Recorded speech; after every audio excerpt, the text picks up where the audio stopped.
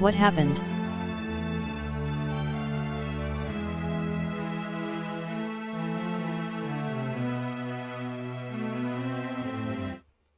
I accidentally ended my stream. I misclicked the stop. I clicked the stop streaming button and ended up just having to do that.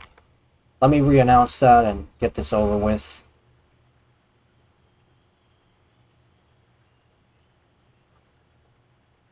Yeah, that sucks. uh,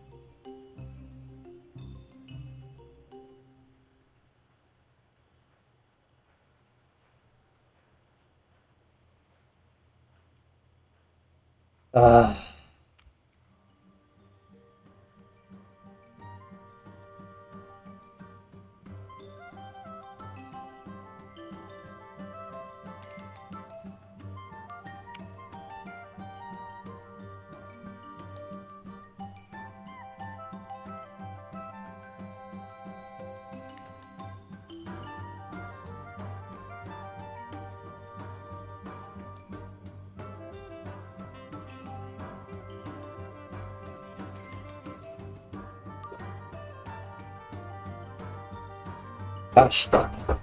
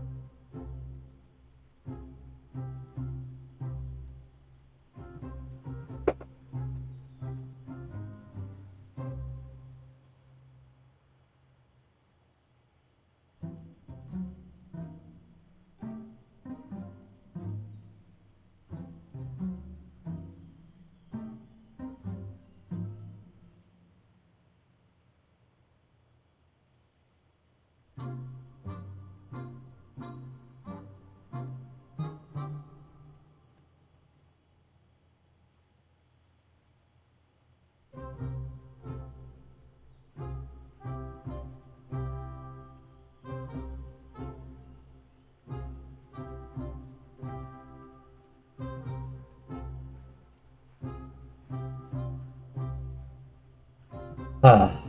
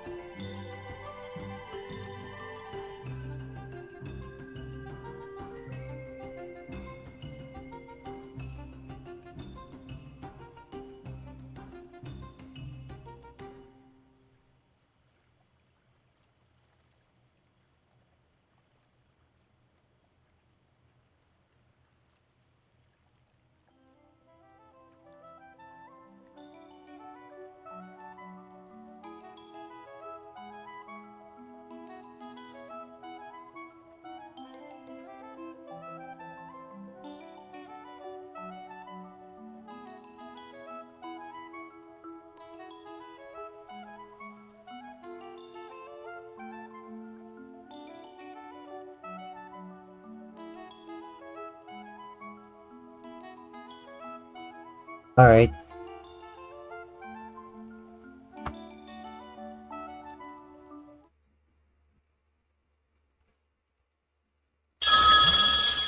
Oh, finally.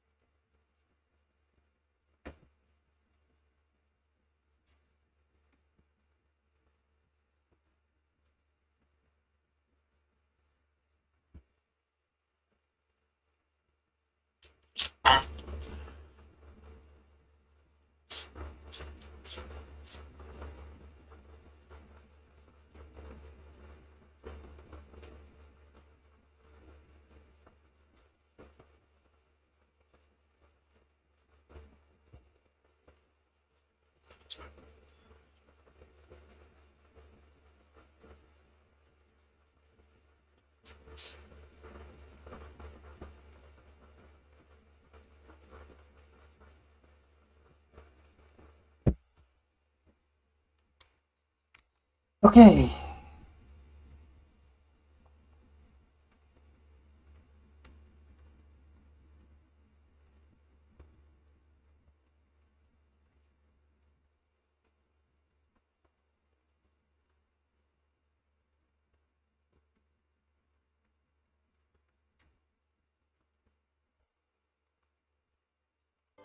This is just bad.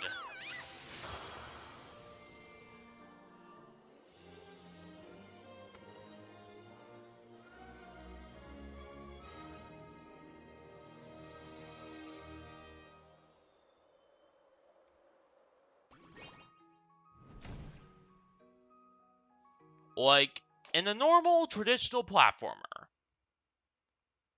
every level should be self-contained enough so that you do not need crap from other levels to do it. This is the anti-platformer. And not in a good way. What in God's name?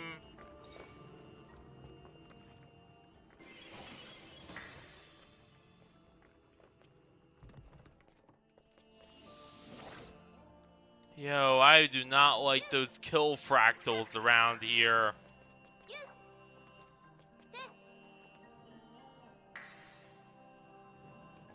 Oh, don't tell me this is like Star Wars and they're closing in on me. Did they just reuse? Yeah, they just copied and pasted.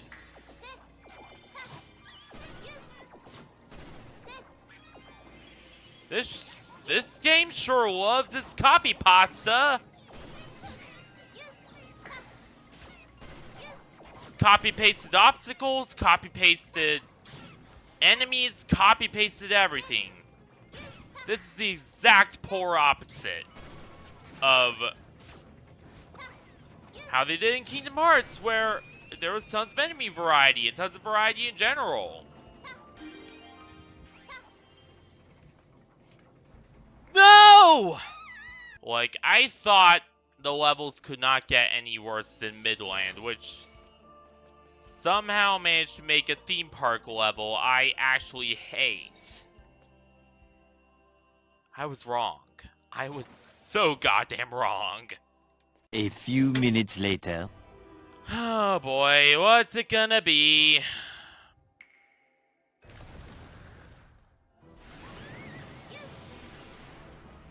Imagine how hard it is to make a theme park level I hate. That's...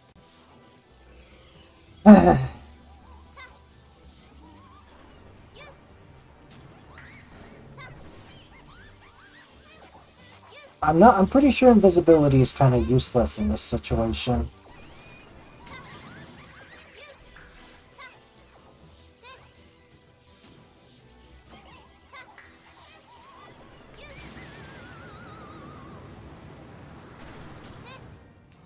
new and unique.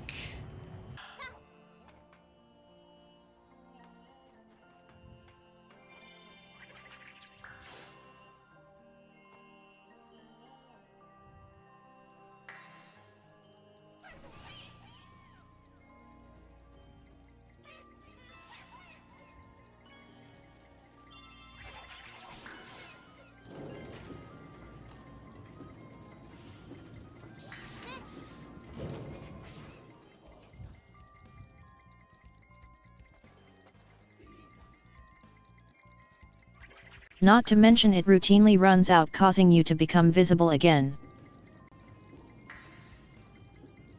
That took way too goddamn long. Hi, hope your stream is fun. F tier level. Actually, no, that's a little too Oh yeah, nice. it sure D is. tier level. Also, hi Proxy, nice to see you. Also, speaking of which, I might... You know, Proxy, you're the only reason I actually this like... entire level is the epitome of Square Felix Argyle. Enix. What were you thinking? Ah, it's a garbage man. There he is.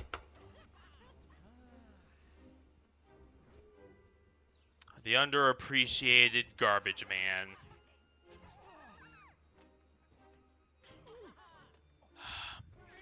Always working hard to clean the streets, but never...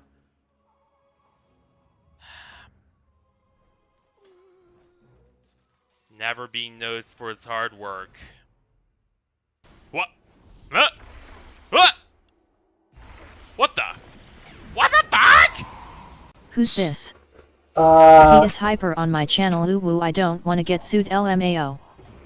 Yeah, I know. I also want to make my own version of Felix Argyle. I wish I could do that. Maybe I'll ask my artist friend to do that.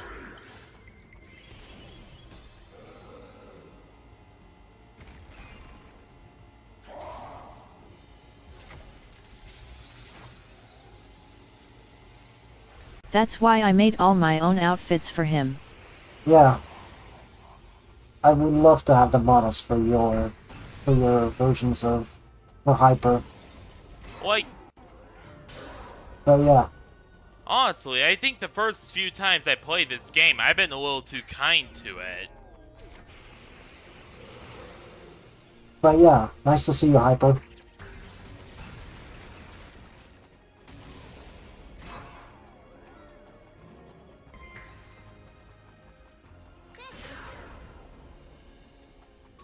So then we just gotta wait for this guy to...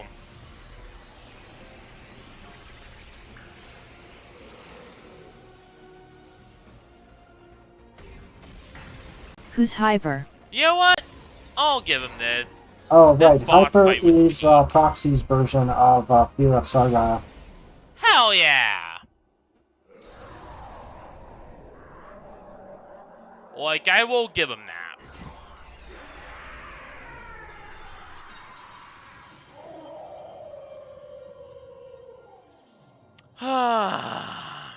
But now we're gonna have to resupply a bunch of costumes. I'm because guessing I Proxy's lost a friend of lot yours? crap. Yeah. I do I'll stop by his streams. But yeah. Oh my god, it's that weird musical,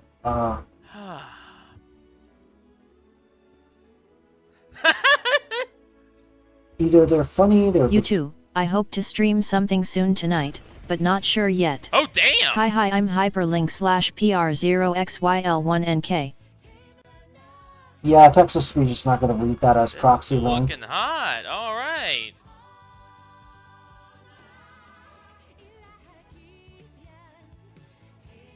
All right. Not bad, not bad, not bad. Omalu, it's okay. Also, I think you can unlock the English versions of this song if you play hard enough with this game, which is a stupid reward to get.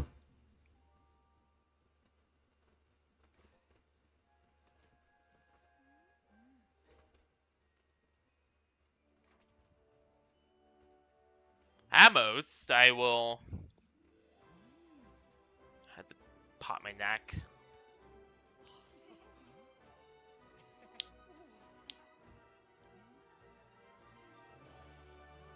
Hell yeah. I think he's supposed to be in London. Or, well, Are those... the UK. Okay, who's this dude?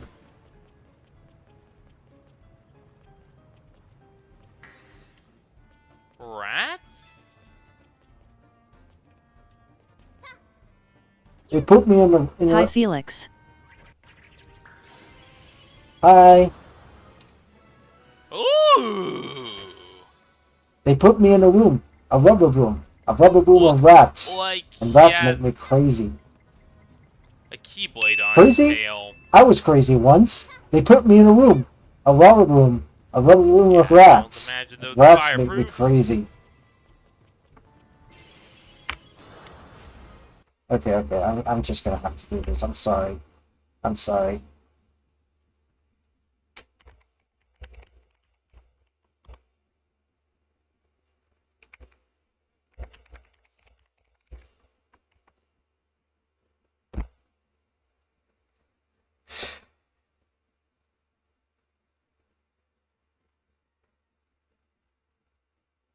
Crazy? I was crazy once. They locked me in a room. A rubber room. A rubber room with rats. And rats make me crazy. Crazy? I was crazy once. They locked me in a room. A rubber room. A rubber room with rats. And rats make me crazy. Crazy? I was crazy once. They locked me in a room. A rubber room. What with the new PNG? Crazy? Rats make me crazy. Damn it. Crazy? I was crazy once. They locked me in a room. I don't know. I just switched because I felt like it, and I like Felix Argyle. He's a cute ass femboy, and yeah, that's about it.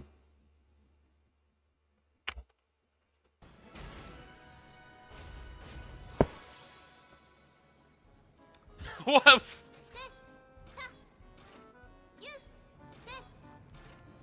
What does it do? Oh. Rexy became cat girl. Yeah. Oh, don't tell me I have to use... You look lovely. Thank you. Oh! Cat boy. You know, for some reason I don't mind. That. Yes, Catboy. Guess I'm more gender fluid than I thought, but yeah. Also Schrodinger, you literally make me want to buy. Actually. Well, there is a theory that goes out there that he is actually trans, and but that's just a theory, so I don't know. That's a ReZero theory. I will say, Square, you are on... You know, you're not exactly cooking with this. No, he not. And bulldozers should be able to move these at... Well, again, that's just a speeds. theory. That's a theory that I heard from my friend, Really? from my trans friend, who was probably watching a ReZero. But yeah, anyway, I'm glad I recovered my viewers after this accident of mine. That looked kinda like Circus Baby from FNAF. Circus Baby? Who the fuck are you talking about, Schrodinger? Circus Baby? Now, who the fuck is this? Who is this?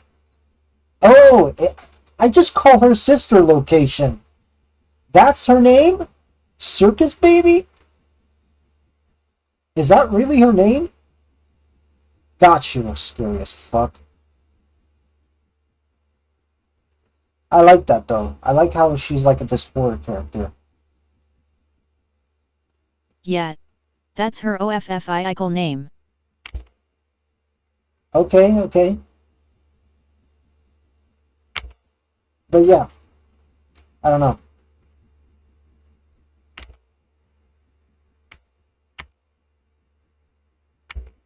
Alright. Again, I couldn't get a proper look because... I thought her name was just the sister. You know, sister. It disappeared just as I got close. You know, I really want to add that to my wish list, so you know what? I'm gonna go ahead and go to my Steam. Let me just put up Steam if it's there. Where's Steam? There it is. Of course.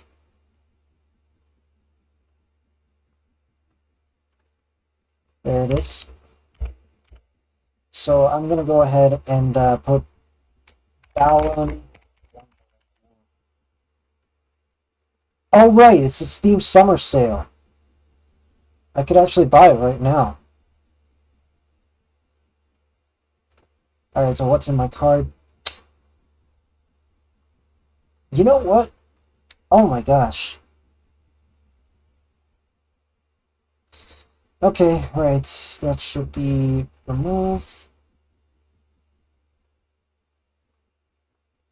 I'll have fun watching you stream this. Oh yeah, no, definitely. Yeah. I don't know. I'm also a big fan of Re-Reckoning, this game. So I have like 50, I'll be left with $30. So yeah, I think this might just work.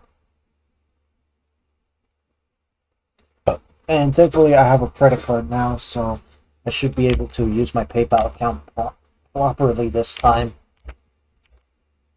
But yeah, I'll keep that in mind.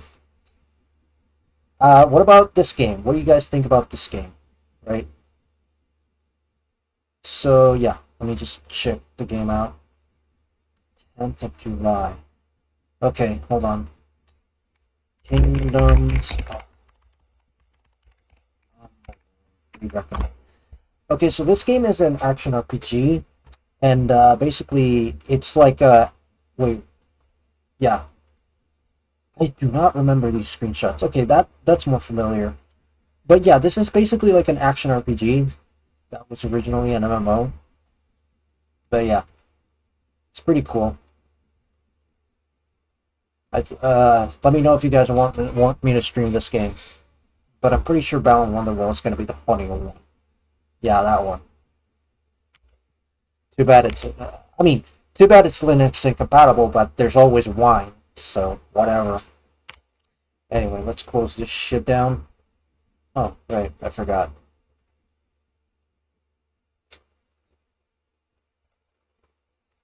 Okay, right. I'm just gonna change my profile picture just because I feel like it.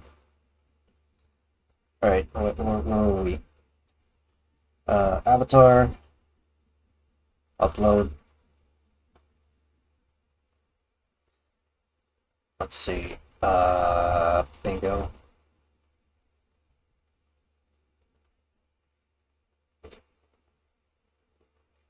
Might want to move the border. And we're done. Okay. Which seems to be a running theme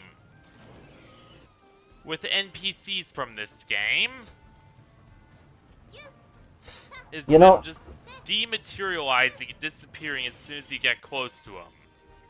Yeah. Are you kidding? I have to push it through that. You know, I'd be more than willing to help you make videos, like actual Come on! long form videos. Shorts are also pretty nice too. Come on, disengage! There we go. I actually like this level. I like the whole fire theme that's going on with that. I like it. So this is the fireman's level. This has to be one of my favorite levels, just because of the look and feel of it. I love it. Yeah, it was a good level. Yeah. To allow you to access. It's just very creative because it's like the mind of a fireman. Oh no, that was bad. Okay, that's overpowered as crap. Yeah, you lost the essential costume. That sucks. To be honest, I would call Balan Wonderworld to be underrated. I gotta admit, the suspense there was killing me. You know, I would never known that there was a statue right there if you didn't put it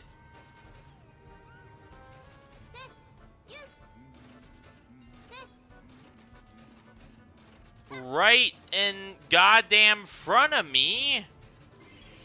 This is such inventive game design. Okay, you're constantly blaming Square Enix for this shit, but it's actually Yuji Naka. If you don't know who Yuji Naka is, yeah, it's actually Yuji Naka who basically was behind the brains behind this. Yeah, Yuji Naka. There we go. This guy is the one behind all the bullshit in Balan Wonderworld. So yeah. Yeah. Sorry. So it's not Square Enix. Square Enix is just a publisher in this case. They're just the middleman.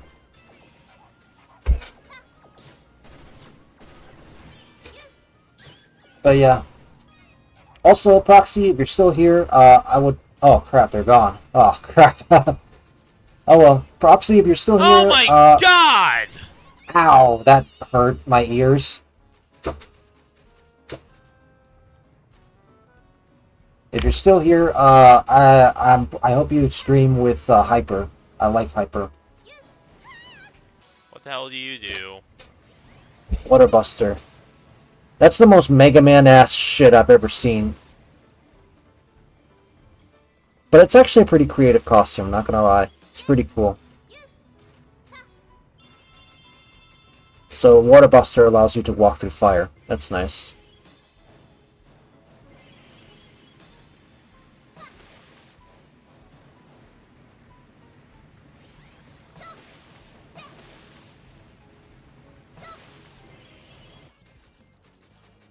Okay, let's see.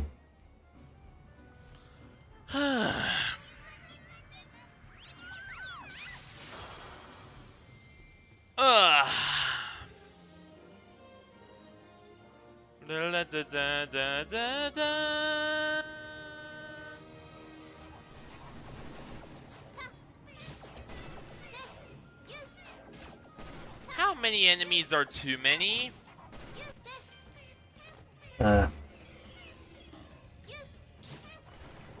Like, it's already hard enough trying to survive here. Getting killed is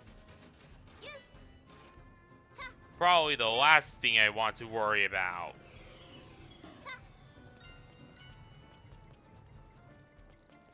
And oh wow, you got hurt, so we must remove your costume. Oh wait, it can't jump. That can't jump either. You see the problem with the costumes now? What? In God's name? Ah, he's a ladder man, of course. Firefighter, right. And luckily, it seems like they've literally put Dude, just using the bus. Wait, you're talking about an input lag? Oh, that's so cool. On their character. Oh my goodness. I swear to God. Or rather on the boss, make sure that you can kill it. So it's not all bad ideas.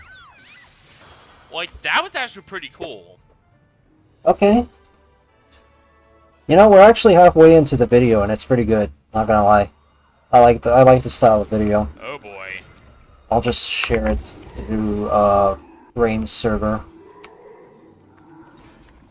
This is another badly choreographed boss fight where it's just unclear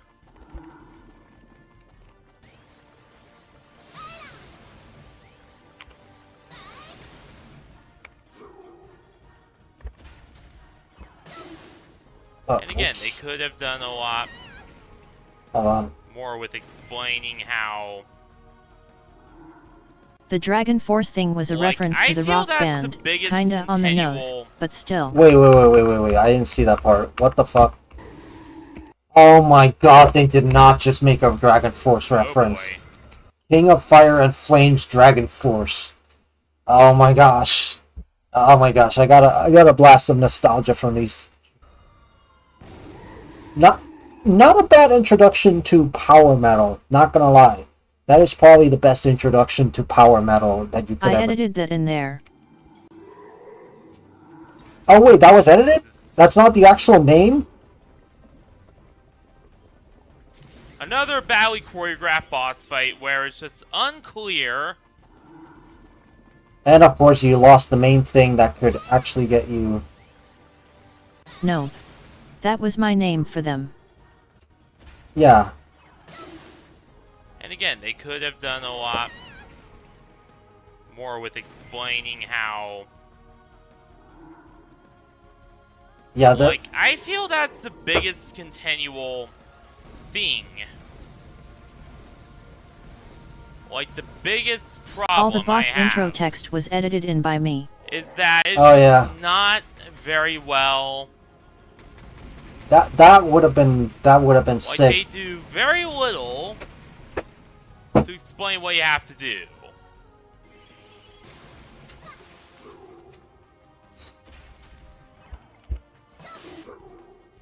Hold on. I gotta do something.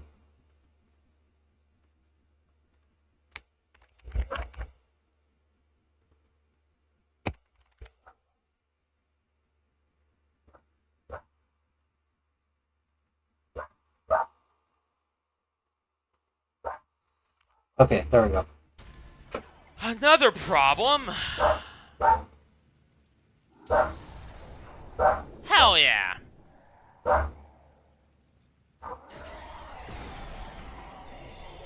Honestly, that wasn't the worst boss. Alright.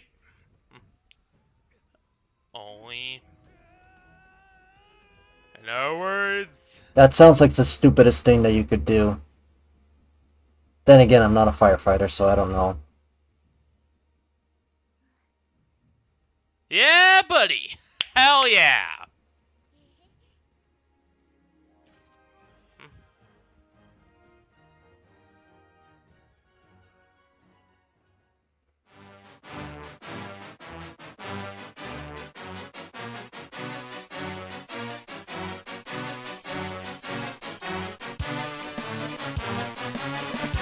Imagine what it would be like once I had a good mic. Yeah.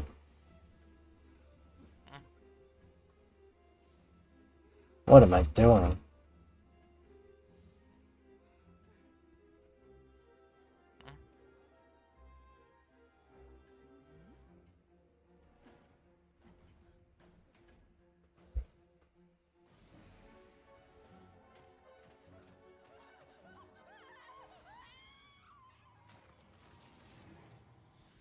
Here we go.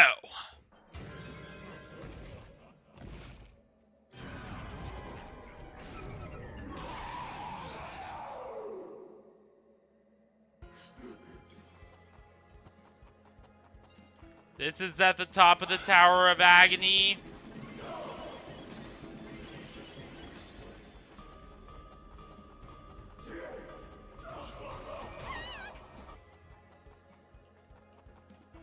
This boss fight is choreographed in a way that, you know, given what we have seen before, makes zero goddamn diddly darn I was very sense. creative with my naming with them at least. Alright, yeah, definitely. Is that a queen? A queen chess piece costume?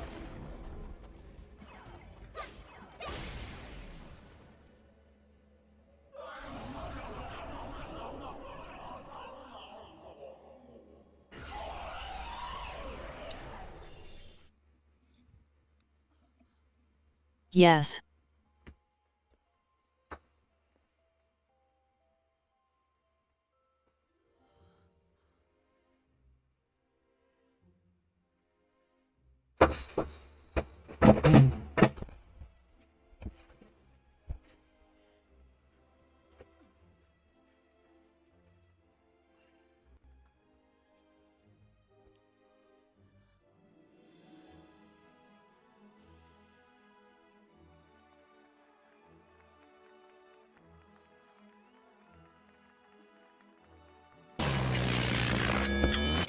In the original script, I intended for there to be another montage. However, when I went to load up the footage into DaVinci Resolve, it went over the 1 hour mark, and then my PC started acting all finicky. Of course. So, yeah. I pretty much had to drop all that. Instead, I might as well talk about my general perception of the game by then. To be honest, I was a little pissed. Like, I literally had to go through not only probably the worst boss in the entire game, but also the worst level by then. And it was leaving me all sorts of just... yeah, I was about ready to quit. Regardless, being as I have, you know, originally started this game and good money was paid for it, I decided to just go ahead and finish it anyway. And by the end, I think that pretty much worked out for the best. I'm a believer in finishing what you started, and this was no exception. That's just how I am, and that's just how I've always been. After all, If I had just given up after finding no success for so many months, then you would not have the Schrodinger you have today. So, yeah. But anywho, back to the video. Here we go! One last ride on the Pain Train!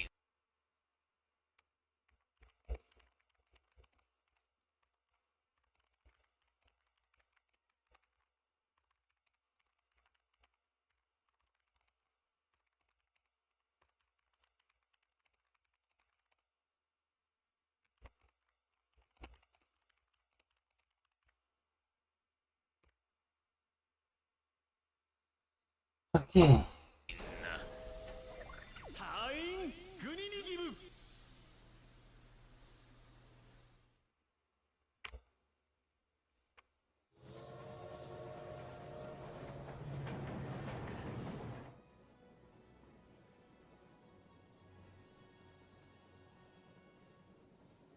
Alright.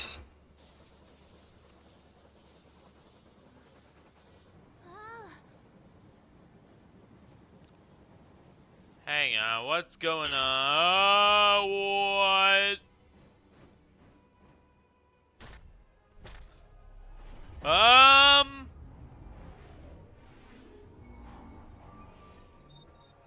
Okay, that's a little worrying. Alright.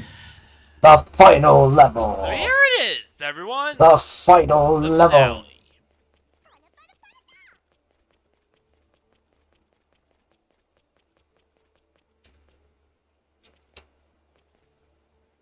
Will we live to see the other side? What the? And what the hell is that collision? Yeah. I don't know. Well, I'm guessing they had to make it bigger than it actually is, because if they didn't, then it would result in a lot of glitches. So I'm guessing that's why they did it that way. scared as hell, but we'll try it anyway. Ha! Ballin'! Naik, bili-buni, aoi pipudona fresawi. An English dub would be nice! There is an English dub, you just have to unlock it and play the game more. That's pretty much it.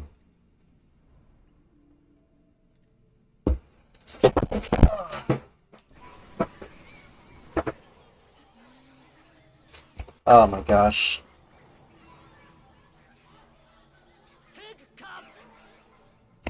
I don't know, there's something off about that design. I know that if you look at the shirt here, and here, it's like white colored, but since she is white, it kind of looks like skin, and it looks weird. I know it's supposed to be like shirt, but it's like weird. I think it would have been better if the whole shirt was red instead of just having this weird little stripe right there. I don't know. It looks weird. Yeah.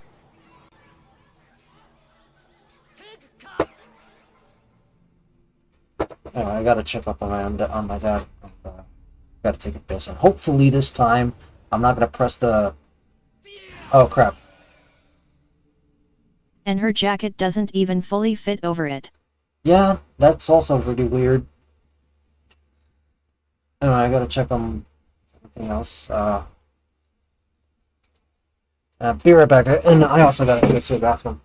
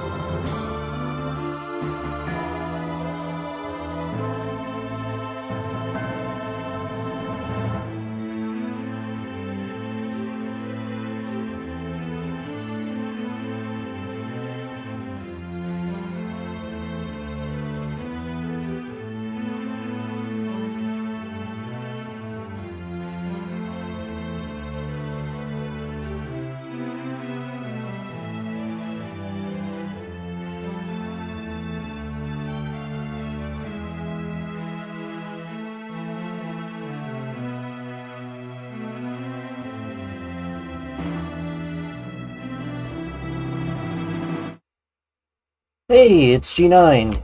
Nice to see you. Chaos has arrived.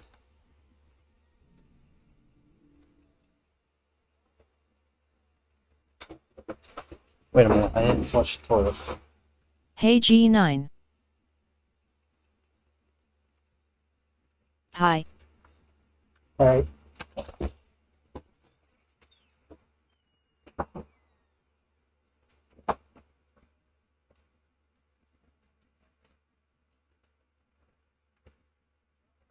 MB for missing the first bit, I kind of fell asleep.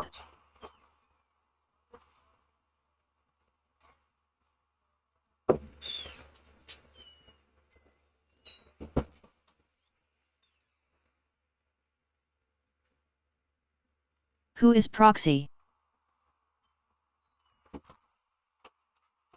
Alright. Had to flush the toilet. Who is Proxy? He's one of my friends. I do occasionally drop by his streams. He makes a lot of weird videos about this little cowboy called Hyper, and yeah, I like his videos.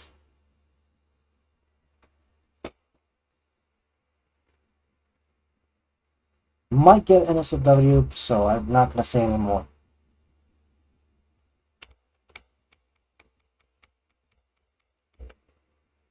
Jesus. Silly.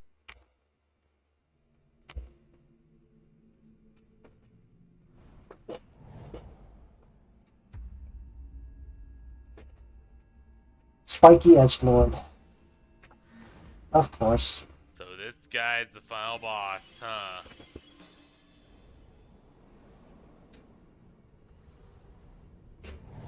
It's just Oh, that's bad. YouTube guy. Yeah, I'm reacting to one of his videos he suggested. No he's capable of!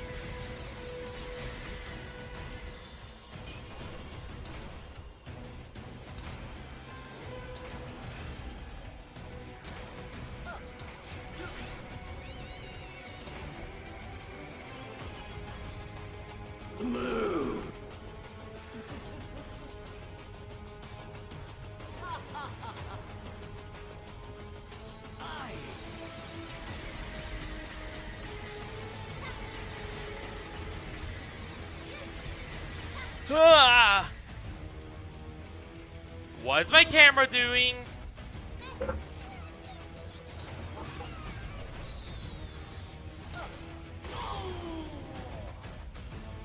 Really? That's it?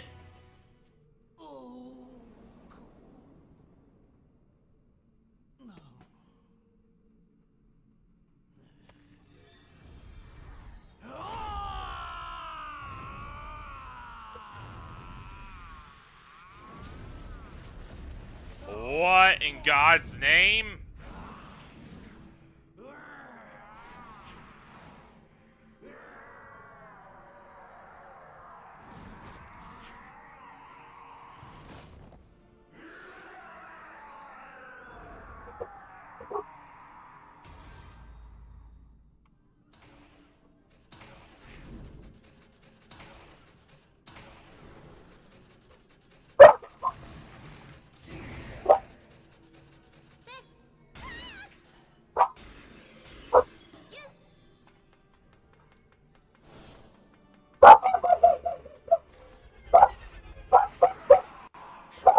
Behold, my crowning achievement in terms of names.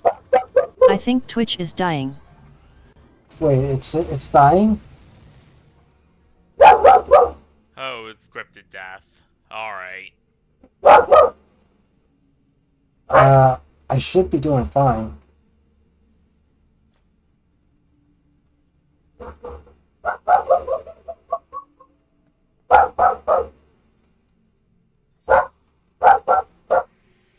The audio is kinda silly. It's just a dog. Again!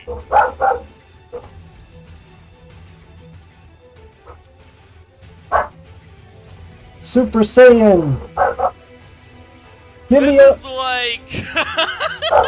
You know what, though? This is slightly less edgy, you know, get losty.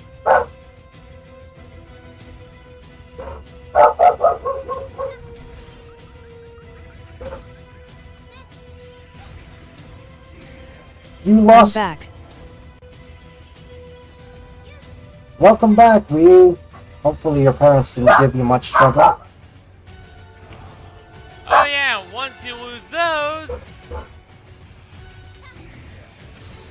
they're gone for good. They're gone for good.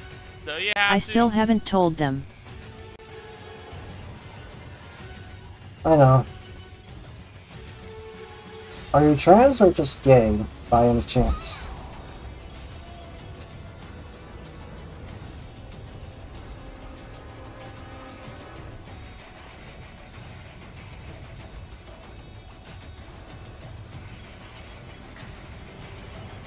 Arrow Ace and Demi Girl.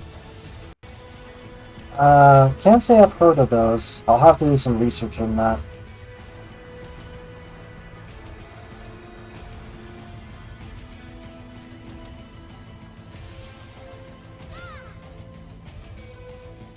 Because the game cannot stop using the same...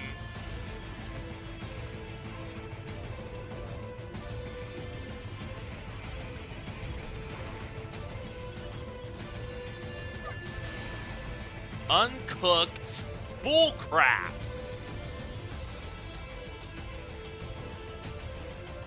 Not gonna lie, the final boss is well designed. I don't think it's that terrible. I like the way they set up the final boss.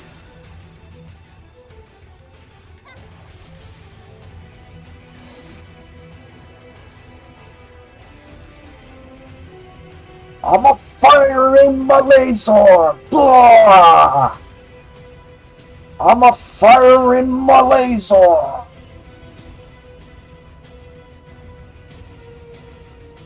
I'm a...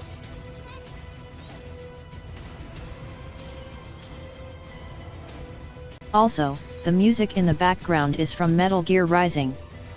A romantic / I don't want a romantic relationship, asexual / I don't want a sexual relationship, demigirl / I use she / they pronouns. My ma is calling me, so I'll have to leave again. That's it? Sad. Alright, take care. Don't... be careful.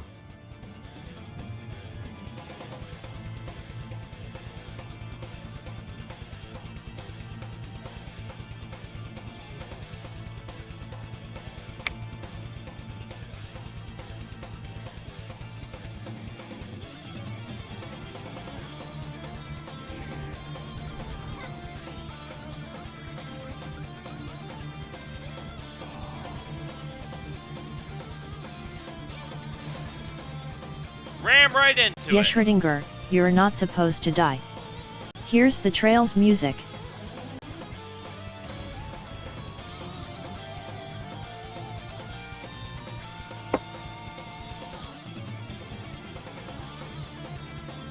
Thank God it didn't get you copyright struck, that's all.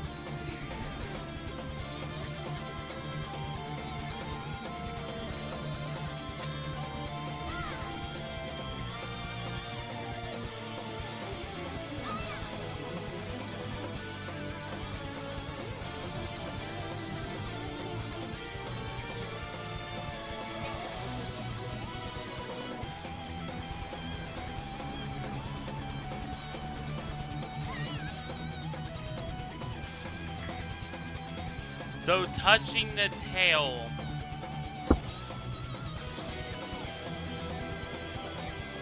Again, really just...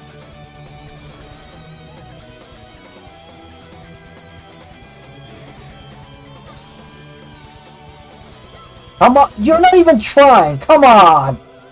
I'm sure that Come was... on! There's input Oh, so yeah, my that's CPU why. is screwed. Yeah, okay, that explains a lot.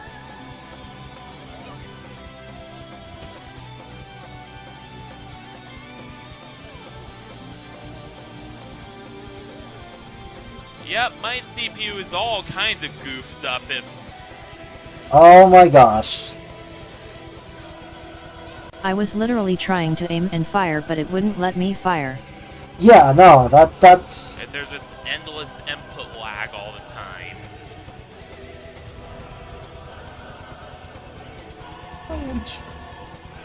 Get ready, it's a big kahuna!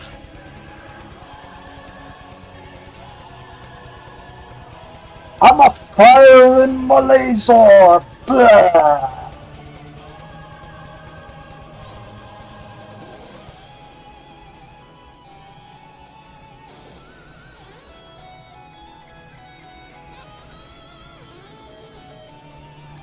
You got hit by the laser? What the fuck?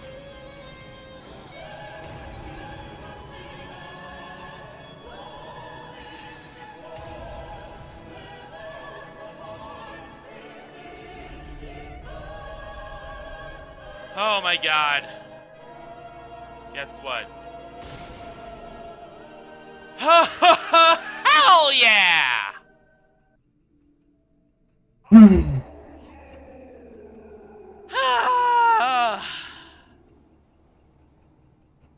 Oh boy, that took Chicken butt. so many attempts and so much research to actually do.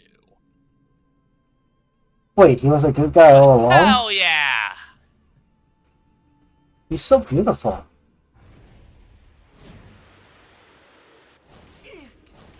And damn! Honestly, I feel bad for him. after all you've put me through, screw you, man. Screw you. He looks better than Balin. Yeah, if that was Balin, then I would have been alright. Balin looks like he's about to do something horrible.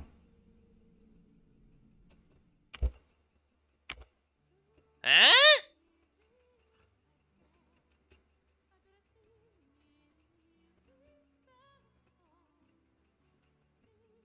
That's strange because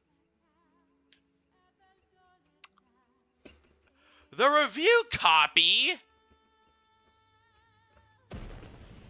Balin looks creep-off. That wishing tickle. I'm glad I'm by not the the way, only one who thinks that way. She's the chick whose strategy I followed to try Also, and before you note, yes, actually I beat know this. there's an English dub now. Yeah. They just locked up behind. Had English vocals rather than Japanese. So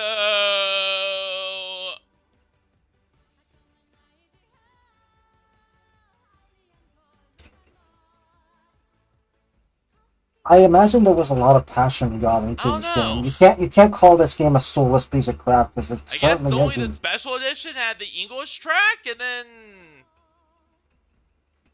that's kind of stupid. Yeah, like I said, it's unlockable. You have to unlock it.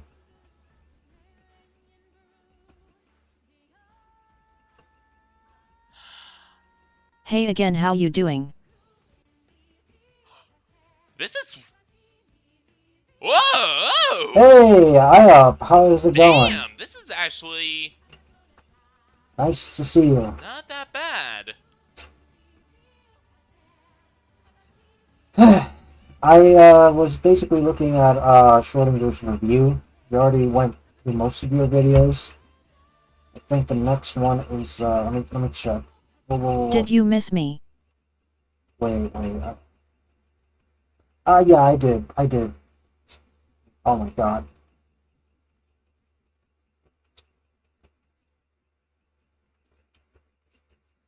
Okay, next video. Oh yeah, I skipped one. I skipped the disturbing psychic readings. I skipped that one.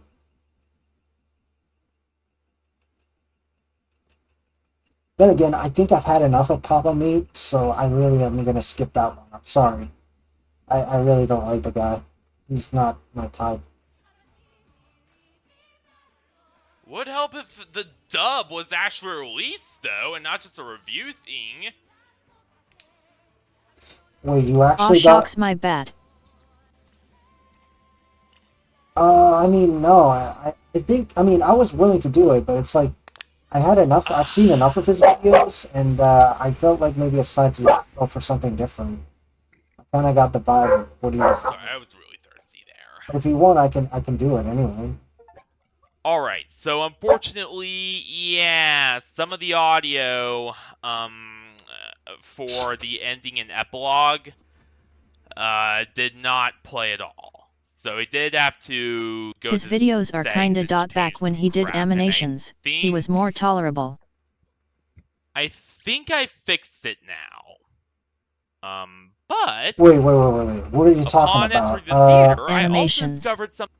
Wait, you're talking about, Papa Meat? Oh, And you yeah! flatter me, you don't have to if you don't want to.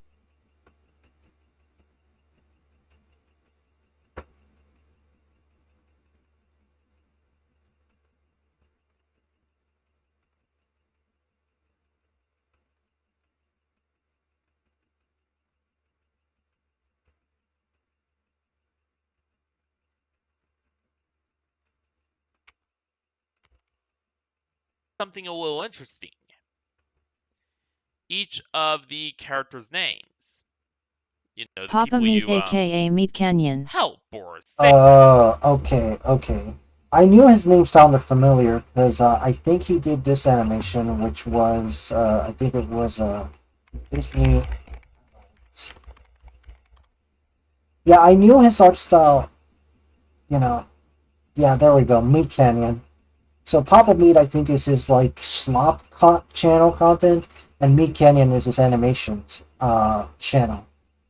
So yeah, I get it. Arby's, we have the meat. Oh my gosh. But yeah.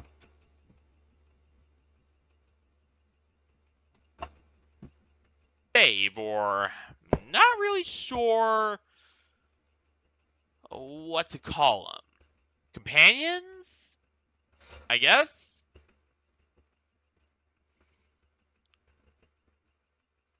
Okay. So, yeah. The first one here is Jose Gallard, very much have it your way. You typical rule. farmer dude. Fiona.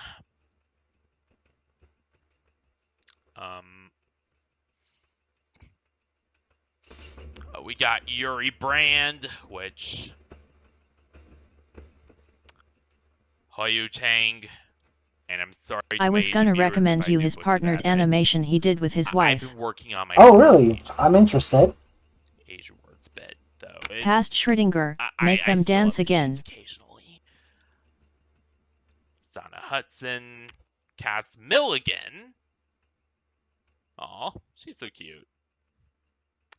Cal Suresh. This feels like I'm in a call Ivan with you. Bea. Yay. Attilio Cassini. Mamma mia. Okay.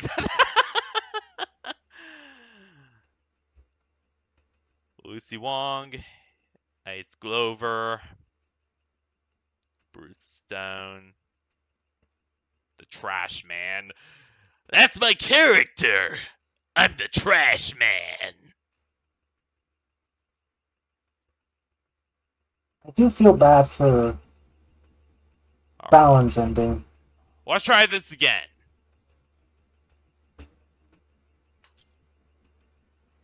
Yeah, I can't believe Balin actually has a cute face underneath that hat. There we go. Now it's working.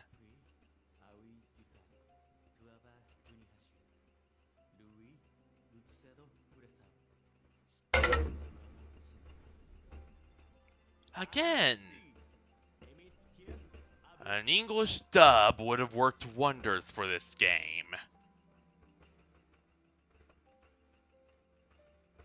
Dance, dance, dance, dance.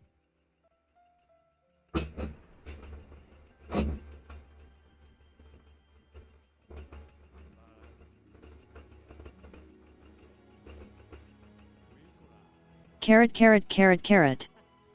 Carrot, carrot, carrot, carrot.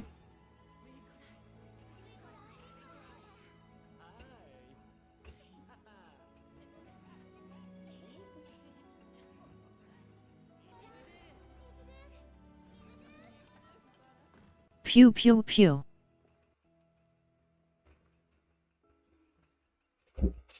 Pew, pew, pew. Aww.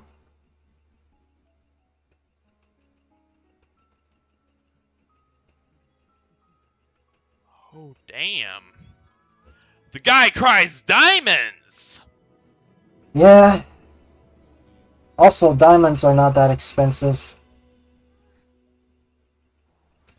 Or not that scarce, right? What? He became a hot boy! Oh boy! If he actually looked like that for the most part, I would have been okay with it. Well, a lot of them are lab grown.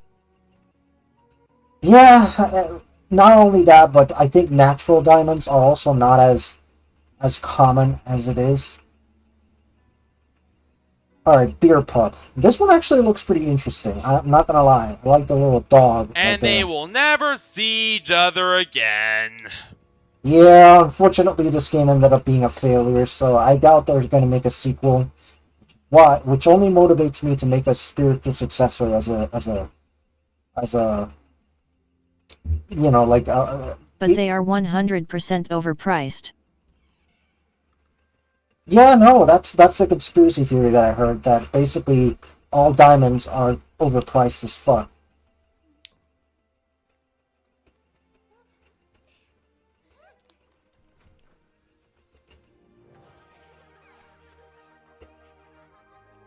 Oh, so they were just whispering about her birthday.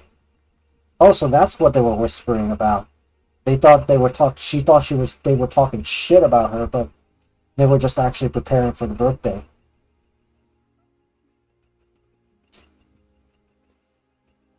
Why get a ring with a diamond when you could get a ring with a little frog on it? Good Glad at- I got your interest. By the way, do you have a music channel on your Discord? I got some to recommend you. Sure, I'll make sure to add that. Give me a sec. I'll do it right away. Unfortunately, I don't think I can do this live because I'll get copyright struck to heck.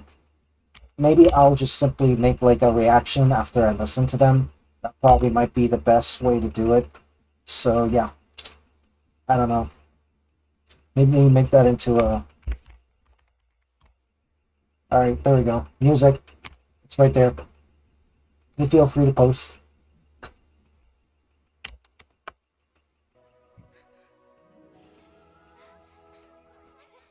Oh my goodness.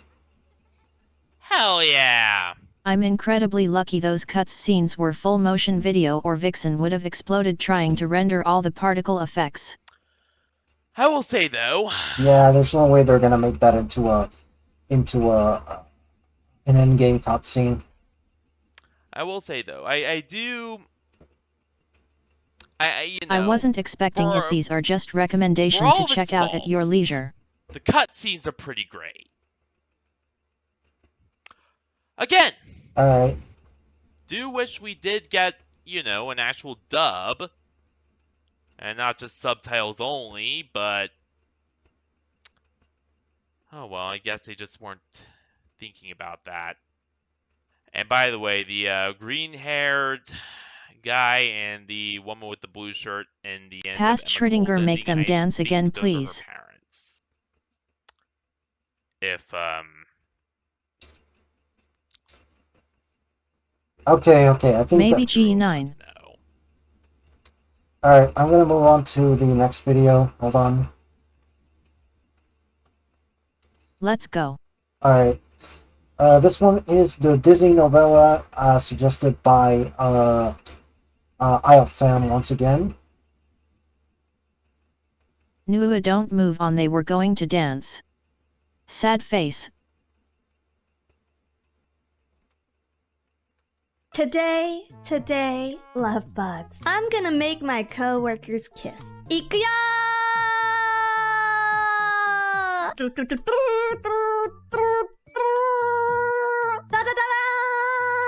It's Dizzy's Doll Theater! Yippee!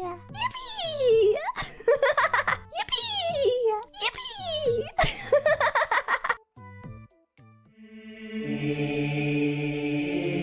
WTF am I watching? Gentlemen, boys Good question. and girls, my brothers and my sisters as well. We are gathered here today for our most momentous event. We are gathered for a wedding. Bride and groom, you may now enter. Bum bum ba bum bum bum ba dum bum bum ba dum bum ba bum bum ba dum. Dear brothers and sisters, today we are gathered in this tropical paradise of Phase Connect for the union of Miss Pipkin Beepa and Kaneko Lumi. Yay! What the fuck am I watching? The groom have taken this opportunity to write their own Stop it. It's silly stupid fun. Stop it. Let me, I swear to fucking God, stop it. Now before that, if anyone in this audience has any This is reason brain rot. these two should not be wed today, you may now speak or forever hold your silence. Rabble, rabble, rabble, rabble, rabble, rabble, rabble, rabble, rabble, rabble, rabble, rabble, rabble. I have a reason! What? Who was that? Who was that? It's They me! shouldn't marry cause they Hoshi stuffed Yuri animals. Jelly! Dun, dun, dun, dun. They're stuffed people, not animals. Jelly, what are you doing here? Lumi, I thought you were done with her. I was, Pippa. You have to believe me. Believe you? How can I believe you? You steal lemons. I told you, Pippa. They are that light acting was like behind animals. Me. I'm done stealing lemons. I quit for you, baby. Exactly. I should have known. I should have known that you were still a lemon-stealing whore. Lumi, you can't marry Pippa. Oh shit, the drama. Silence! Silence for the audience! Silence! Why? Why, Jelly? Why should Pippa and Lumi not be fucking wed? The truth is, although myself Oh my and God, Lumi what am I looking at? separated 7 months ago, I've been hiding something from her. We're just watching a young woman You hear play with that? toys. I was being truthful. I was being honest with you. I did leave Jelly. I did leave Jelly just like I said I would. Okay, then what is she doing here? What is Jelly doing at my wedding? The truth is, Pippa, Lumi, Tenma, and audience, chat. I can't let Lumi marry you, Pippa, because the truth I love is, asking for I'm extra lemons at pregnant. restaurants and eating them whole in front of the waiter. I cannot believe that What you the would hold fuck? hands premaritally. Did you That is so know chaotic. Premarital hand holding was how you get pregnant. No, I swear, I wear gloves. Chat. You have to believe me. Well, you never wear gloves when you were holding hands with me, Lumi. And she also wasn't wearing gloves when she was holding hands with me. Wait, who was that? Who is this voice I hear? It's I, Mima. Lumi? I can really explain. I can explain. Don't. I'll explain it for you. The truth is, the reason Lumi held my hand, it wasn't out of love. It wasn't out of affection. It was to save my life. What do you mean? What do you mean? The truth is, everyone, I I have a rare condition where my hands become big, meaty claws. This is the most based girls' restroom Human experience. interaction, and I slowly turn into a crab. How is that possible? It's because I'm not really a human. I am a star woman. Wait, a star woman? How is that possible? I thought they were an endangered race. No, in fact, they are the majority of guests at this wedding. In fact, Lumi is a star woman. How could you out me, Sheena? How could you out me like this? I thought we were friends. I value you as a lifesaver and as a friend, Lumi. But I couldn't hold this secret in any longer, especially since I'm dying. Wait, Glad you're semi-enjoying it. Sheena, you're dying? I'm sorry, Peppa. I know we only recently Oh my became God. friends, but I couldn't. I couldn't. I'm hide actually from you smiling any in real life. longer. Wait, I wish I had a can't we VTuber just model to show save that, you but dying? damn. Is there any way? No, I must turn into a crab. Without human hand contact, I will turn into a crab, and I will die and be turned Oh my into God. hot pot. You mean Oh a my totally God. nutritious and delicious food I that up you can fan, make this is what during you watch? wintertime to keep yourself warm? Yes, Jelly, that totally nutritious and delicious food that you can make during the wintertime to keep yourself warm and healthy and fed. Chad, I actually have a very interesting question to ask. What is the most white girl shit you have ever seen?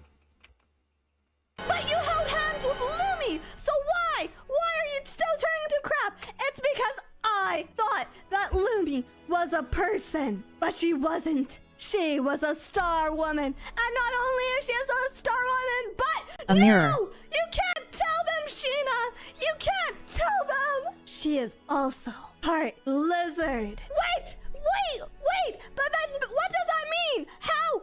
I can't be pregnant with a star woman, with a half human, half star woman, half lizard baby? Well, Jelly, it won't be a half star woman, half human, half lizard baby, because you are also a star woman.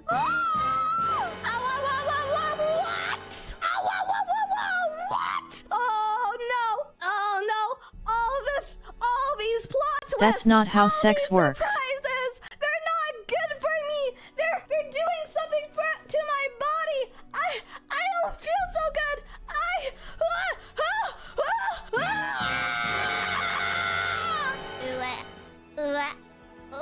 Oh my God, my baby! Jesus Christ, that's a lot of mascara. I'll clean it!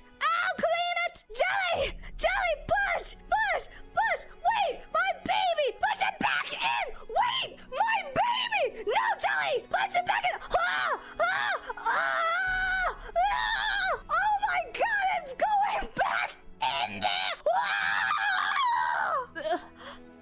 Everything hurts. Where am I? Jelly, what just happened? What happened to our baby? I think I unbirthed her. Jelly, no! That was supposed to be a symbol of our love! I thought you loved me! Okay, I'm concerned for this girl. I do love you! I'm just so confused! There's so much happening here right now! There's so much happening here! Oh my God. Oh my God. Starry Nights, I don't feel so good. I don't feel so... Oh my God. All of this is happening. And it's all my fault. I knew I should have never held Lumi's hand, but I thought it was to save your life. No, I know. But because you held my hands and nothing happened to me, you thought that you could hold hands with Jelly and nothing would happen with Jelly. But then Jelly got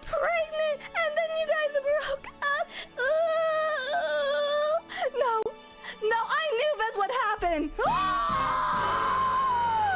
What do you mean you knew that this would happen, Lumi? I thought you were going to break up with Jelly. I thought you were marrying me. No, I was. But the truth is, I was caught between two lovers. And I didn't know what to do. So Elise, I thought that I could at least What the leave fuck? Jelly. What the fuck? Remember me by a fucking baby! A fucking baby! Well, we've been dealing with such horrible baby fever ever since Sheena started carrying around Sad Bee, and I thought maybe if you had a baby to fill the lemon-shaped wound in your heart that I had left you, that you would be okay, and that I could go off with Pippa to start a new family. Do you know how irresponsible that is, Lumi? What the fuck, Lumi? What the fuck? Yeah, I'm not gonna lie, Lumi, that was really, really dumb of you, but I just, and now I've unburped my baby! Man, just eat lemons. No, don't worry about me, Mama. Don't worry about me. My baby! No, it is I, Dizzy Dokuro. Wait, my baby was Dizzy! Yes, I was simply looking for another body after experiencing death. And I had found a new life forming between you and Lumi, and I thought to myself that maybe this would be a good body. But thankfully, Dizzy is eternal. Dizzy is forever. Dizzy can be born again. So what I need you all to do now is to hold hands with each other so that I can be born again and again and again forever. I don't know. That was actually incredibly painful. Wait, hold on. I'm gonna do a little experiment again. I'm gonna try and get Live 2E to work again. YouTube Studio to work again.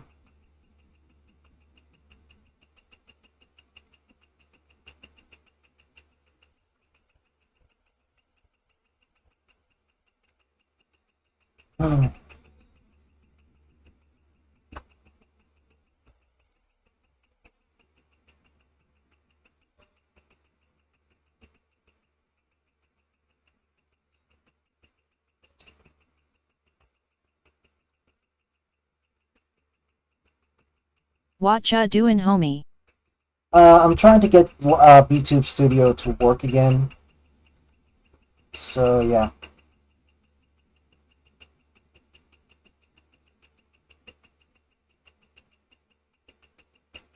Okay.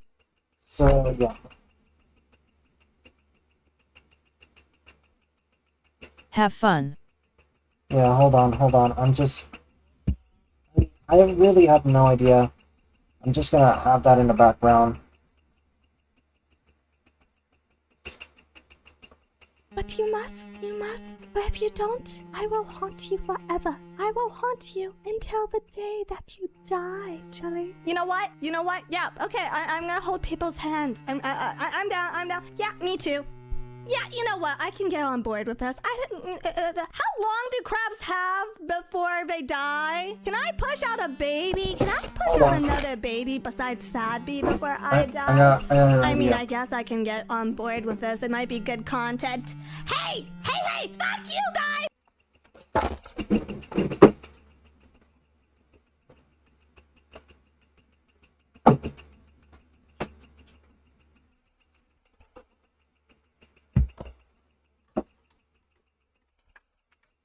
Okay.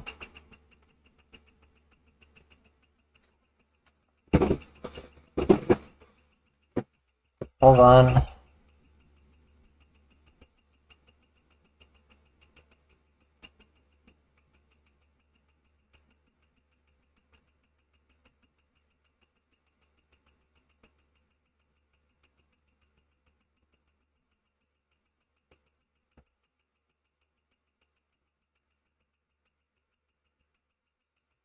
Make sure the device is unlocked and paired with your PC. Install iTunes before.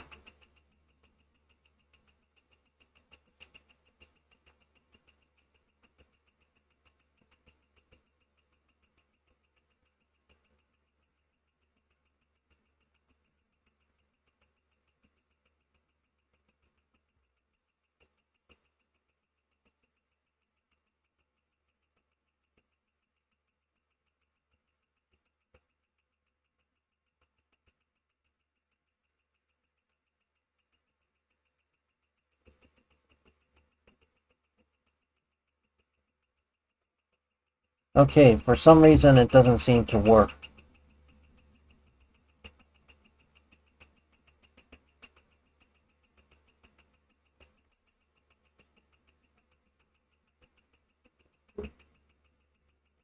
Oh wait, that's for iPhone.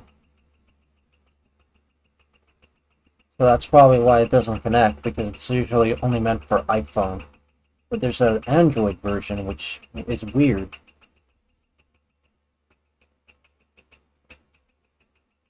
Yeah, I don't know. I mean, I would be able to use this on my phone, but for some reason it just doesn't work.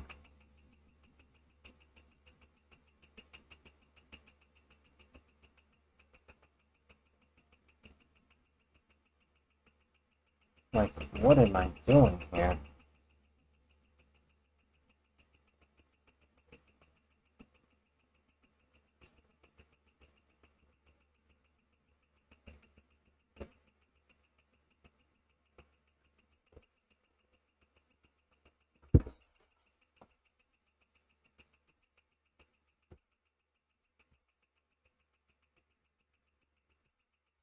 Yeah, I think I already know what the problem here is. Yeah. Fuck it. I'd much rather wait for the webcam.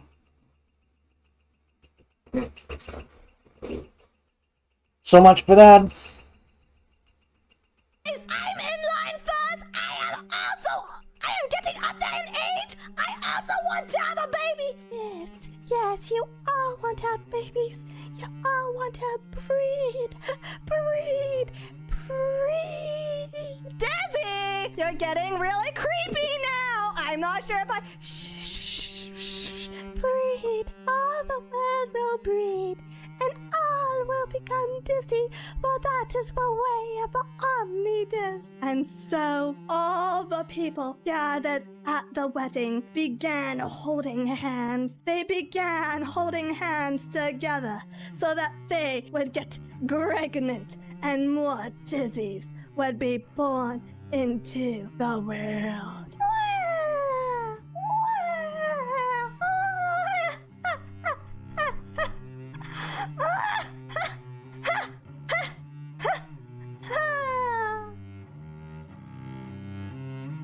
The end.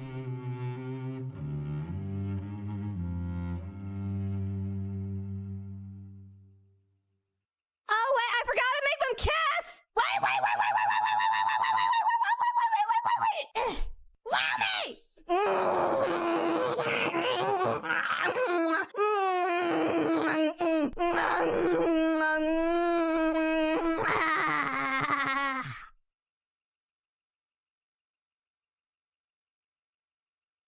Everybody, make sure to like, comment, and subscribe to Low Effort Clips. That's right, Low Effort Clips, right here on YouTube.com. Yeah, and hit the notification bell. Yeah.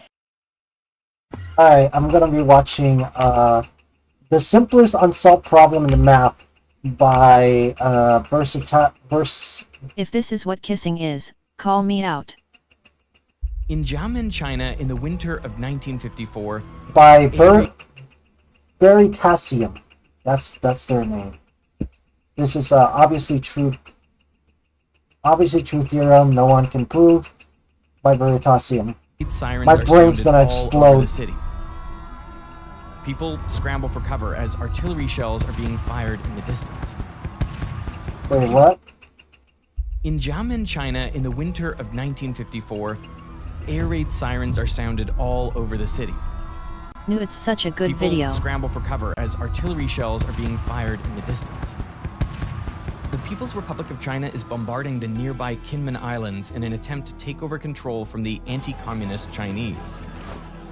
But troops on the islands fire back. Soon, artillery shells are raining down on both sides. Back in Xiamen, inside one of these shelters is 21-year-old Chen Jingran.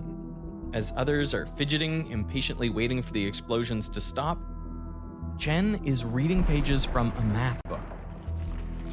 Because he's on a mission to solve one of the oldest problems in math. A child can understand the statement, but the greatest geniuses in mathematical history have not been able to solve it. In the year 2000, a publishing house even offered a $1 million prize to anyone who could solve the problem. But for nearly 300 years, everyone who has tried has failed. Cooper. So the problem is this. Can every even number greater than 2 be written as the sum of 2 primes? So that's the problem. So we can do some examples. We can say, for example, 6. That's an even integer.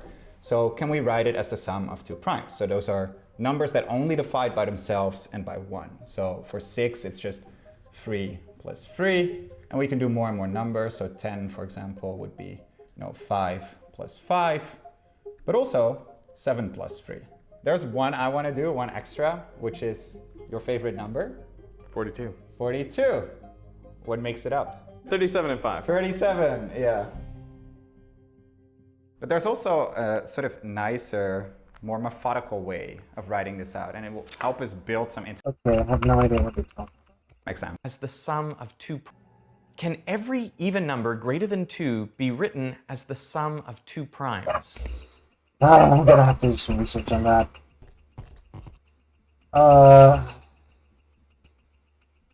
What is an even number? How are you already lost, Pooks? An even number is a whole number that can be divided by 2 without leaving a remainder. Examples of even numbers is 2, 4, 6, and 8. So the entire multiplication table of 2. So, yeah, that's an even number. Okay. Are you serious you don't know what an even number is? Well, I think I forgot. That's probably what happened. But yes, anyway. Can every an even number greater than 2 be written as the sum of 2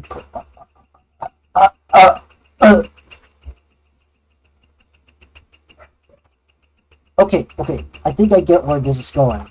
Can every even number greater than 2 be written as the sum of 2 prime numbers? I think that's what it's saying.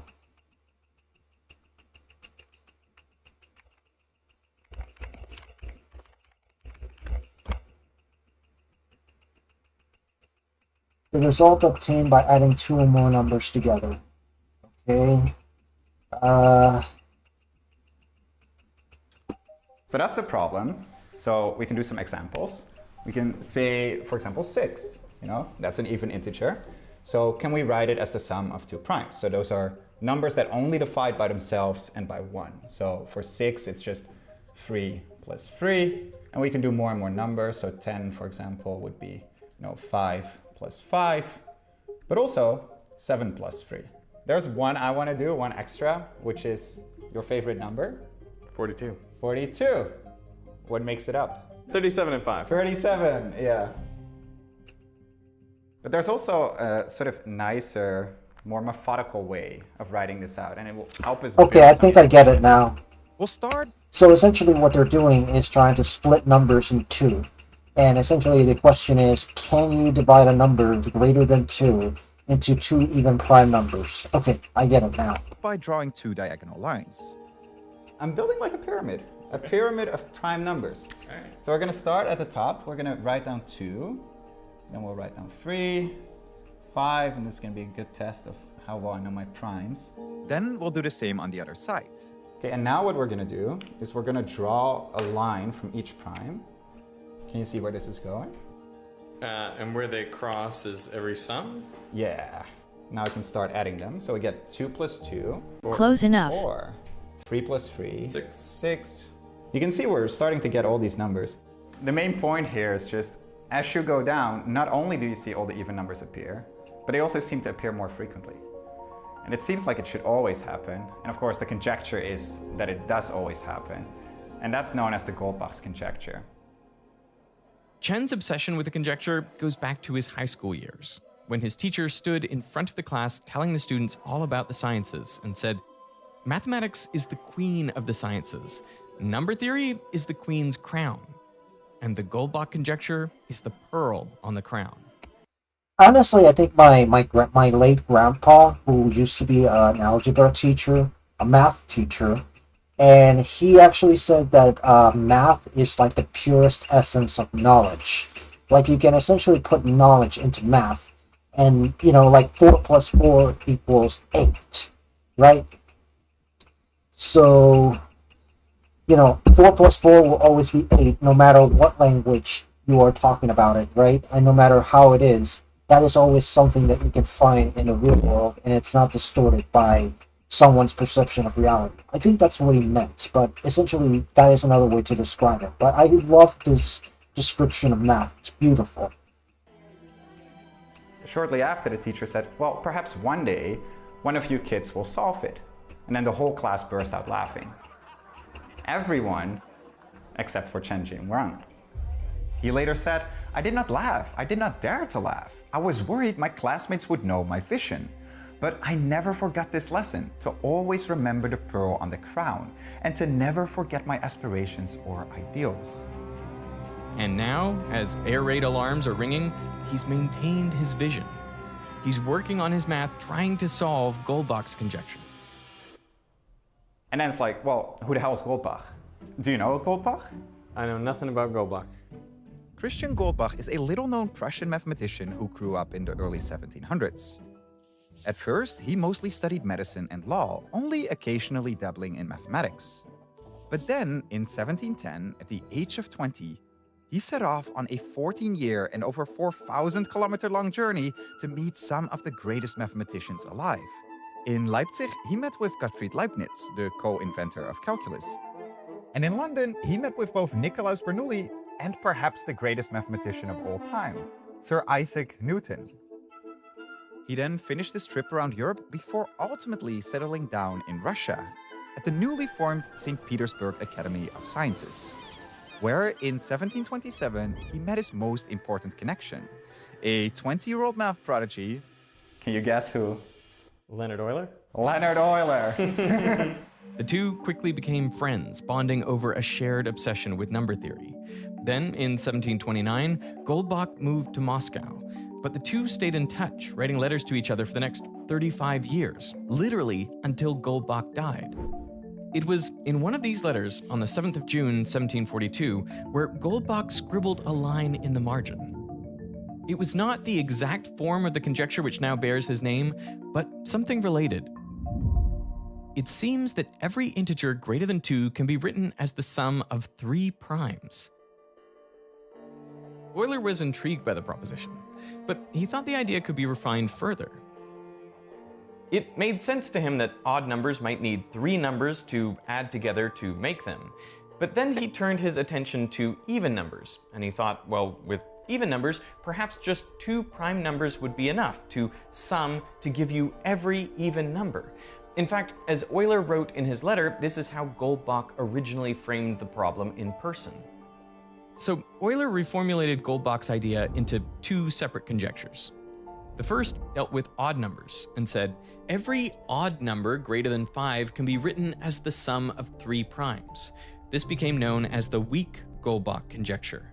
And the second dealt with even numbers. It said, every even number greater than 2 can be written as the sum of 2 primes.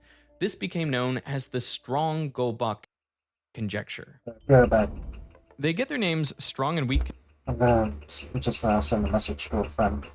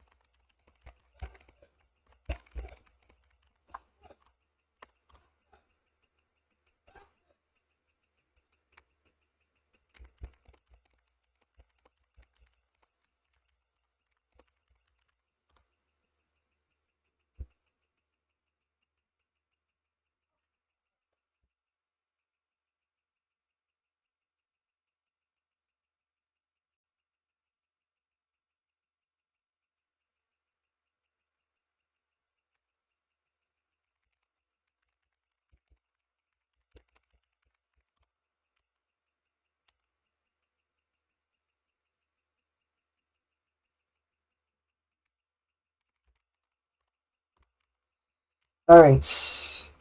conjecture, because if you have the strong conjecture, then you've shown that every even number greater than 2 can be written as the I'm sum back of just again, 2 primes. and I get And to then you stay. can add 3 to each of those Thank sums God. to get all of the odd numbers. Welcome. So if you can prove the strong conjecture, you get the weak one for free. But the reverse is not. Anyway, If you G9, can prove the weak conjecture, you still don't get. I actually find this video to be very fascinating. I'm not gonna lie. I may not be very good at math, but I actually kind of get it. And I think it was because my grandpa kind of trained me a bit to kind of get math. I know what the letters mean and all that, but I may have forgotten a lot. I love this. Yeah, no, I find this video absolutely fascinating. Math is so cool. Yeah, no, it can be. I'm definitely sure about that. This became known as the weak Goldbach. The first dealt with Euler reformulated Goldbach's idea into a number. In fact, as Euler wrote in his letter, this is how Goldbach originally framed the problem in person. So Euler reformulated Goldbach's idea into 2 separate conjectures. The first dealt with odd numbers and said, every odd number greater than 5 can be written as the sum of 3 primes. This became known. Oh crap. Here's another concept that got lost. Odd numbers. I'm guessing these are the opposite of prime numbers, right? LMAO. Right. 1, 3, 7. Yeah, basically. Yeah, the odd numbers. The ones that aren't even. No, you're wrong. Wait, what? Wait. Fuck. So they're not the opposite of an even number? You're mixing up prime and even. Oh yeah, right. I did that. Yeah. But basically, okay, so they're not prime numbers. They're the opposite of even numbers, right? So they're uneven numbers. Okay. Known as the weak Goldbach can be written as the sum of 3 primes. Odd is the opposite This of even, became so known yeah, as you're the right. weak Goldbach conjecture. And the second dealt with even numbers. It said every even number greater than 2 can be written as the sum of 2 primes. This became known as the strong Goldbach conjecture. They get their names strong and weak conjecture because if you have the strong conjecture, then you've shown that every even number greater than 2 can be written as the sum of just 2 primes. And then you can add 3 to each of those sums to get all of the odd numbers. So if you can prove the strong conjecture, you get the weak one for free. But the reverse is not true. If you can prove the weak conjecture, you still don't get the strong one. Now, after Euler reformulated these conjectures, he was so confident they were true that he wrote, I regard this as a completely certain theorem, although I cannot prove it. What is a preferred name of yours? You know, and for the next... Rexy for the most part. That's the name that I usually use. There's also Goblina. That also helps. Yeah. Although, to be honest, actually, I may as well show off this other avatar. Let's see. Okay. There she is. Hopefully her head isn't too big. But yeah, anyway. Next 150 years, almost no progress is made. That is, until in 1900, German mathematician David Hilbert addressed the International Congress of Mathematicians in Paris. And there, he listed 23 of the most important problems for the 20th century. Number 8 on that list was all about prime numbers, including Goldbach's conjecture. Goldbach's My conjecture art, was back Rexy. on the radar. Only now, mathematicians started to look at the problem differently. Let's take a look at our pyramid again. One thing Yeah. to notice is that this pyramid is symmetrical. When 2 primes add to make an even number on the right side, those same 2 primes make an even number on the left side. So to avoid double counting, we can look only at the right side of the Thank you center. for that. And what we find is that for very small even numbers like 4, 6, or 8, well, there's only one way to write them as the sum of 2 primes. But for larger numbers like 20, well, now there are multiple different ways to write it as the sum of 2 primes. And the further down you go, the more combinations you find. So mathematicians started asking a new question, not just whether every even number can be written as the sum of two primes, but in how many different ways it can be done. Let's call that number h of n. For example, h of 4 is 1, because you can only write 4 as the sum of primes 2 plus 2. H of 20 is 2, because that is 3 plus 17 and 7 plus 13. H of 42 is 4, and so on. Now, so far, we're just counting up with a value of h 2 prime. So mathematicians started asking a new question, not just whether every even number can be written as the sum of two primes, but in how many different ways it can be done. Let's call that number h of n. For example, h of 4 is 1, because you can only write 4 as the sum of primes 2 plus 2. H of 20 is 2, because that is 3 plus 17 and 7 plus 13. H of 42 is 4, and so on. Now, so far, we're just counting up what the value of h should be. Alright. But in 1923, two English mathematicians, G.H. Hardy and John Littlewood, tried to come up with a function that would estimate h of n. To do it, they relied on one of the most important results from number theory, the prime number theorem. This tells you that, on average, a large number in the neighborhood of n has about 1 over the natural logarithm of n chance of being prime. So here's a crude version of what Hardy and Littlewood did. They imagined this large even number and they set it equal to 2n. So you could split it right down the middle at n. Now they considered a... Okay, I'm also getting lost. I know what pi is. It's 3.14. That's pi. Yeah, exactly. That's pi. 3.14 and it goes like blah blah blah blah blah blah blah blah blah blah blah. But it's 3.14. Right. And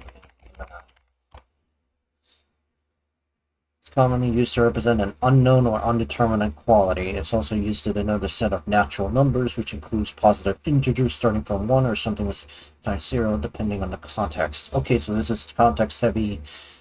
Alright, so I'm guessing... They say 3.14.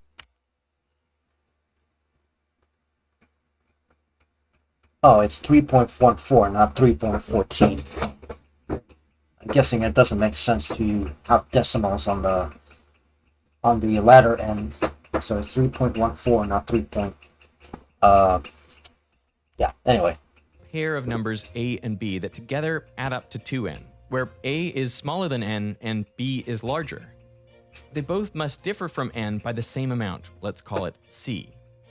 Oh, now, according to the prime number theorem, the chance that a is prime is 1 over the natural logarithm of n minus c, and the chance that b is prime is 1 over the natural logarithm of n plus c. But here's the trick. Most of the times we're talking about n's that are ginormous, that are super, super large. And if you look at 1 over ln n, that function would be something like this, where it drops very quickly at the start, and for large numbers it's almost constant. So that this c really doesn't affect it a whole lot. So for most of the numbers, we can sort of ignore the c in both cases, and it becomes much simpler. Natural, together, middle, large even number, and they set it equal to 2n. So you could split it right down the middle at n.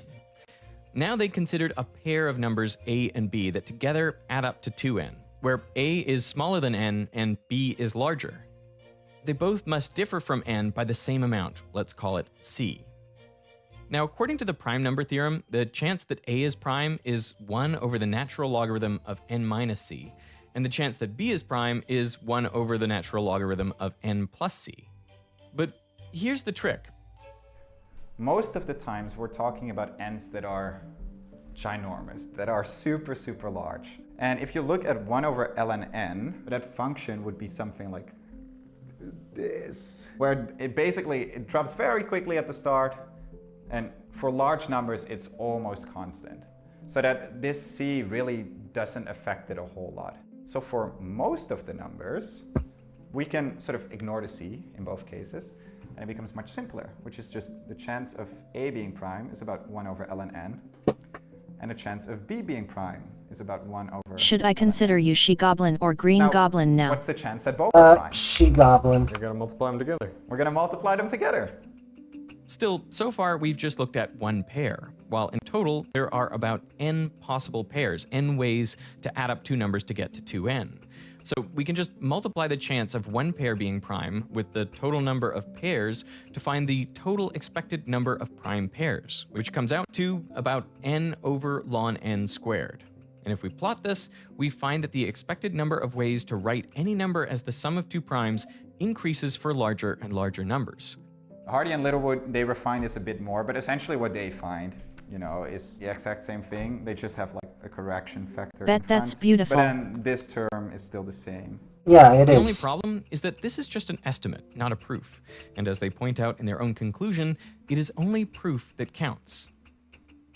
And that's about as far as they get for the strong Goldbach conjecture. But on the weak one, they have more success. It all comes back to a curious incident 10 years earlier in 1913. We've invited Elmer from the YouTube channel Fern to tell you about it. Hardy sits at his breakfast table when a strange letter arrives. It's sent by a completely unknown mathematician from India, Srinivasa Ramanujan. The letter reads, "I'm now about 23 years of age. I have no university education, but I have undergone the ordinary school course. After leaving school, I've been employing the spare time at my disposal to work at mathematics." Ramanujan writes that he's a poor clerk, earning only about £20 a year. He's attached some formulas and is asking for Hardy's opinion. The letter is over 10 pages long and is packed with over 100 What's with the theorems, switch up this time, many of if I them may highly ask? advanced. Yet Ramanujan Truth provides be no told, proof. I have a bit of an identity crisis. I'm not sure what my final look is going to be. I'm kind of experimenting at the moment. But I think this one should be my last one. I should settle on this one. Because, you know, it's actually more goblin-like. But yeah, sorry about that. Proofs and very little explanation. Hardy is astounded. He has never seen anything like it. Some are already known. Others are completely new, unknown to the world.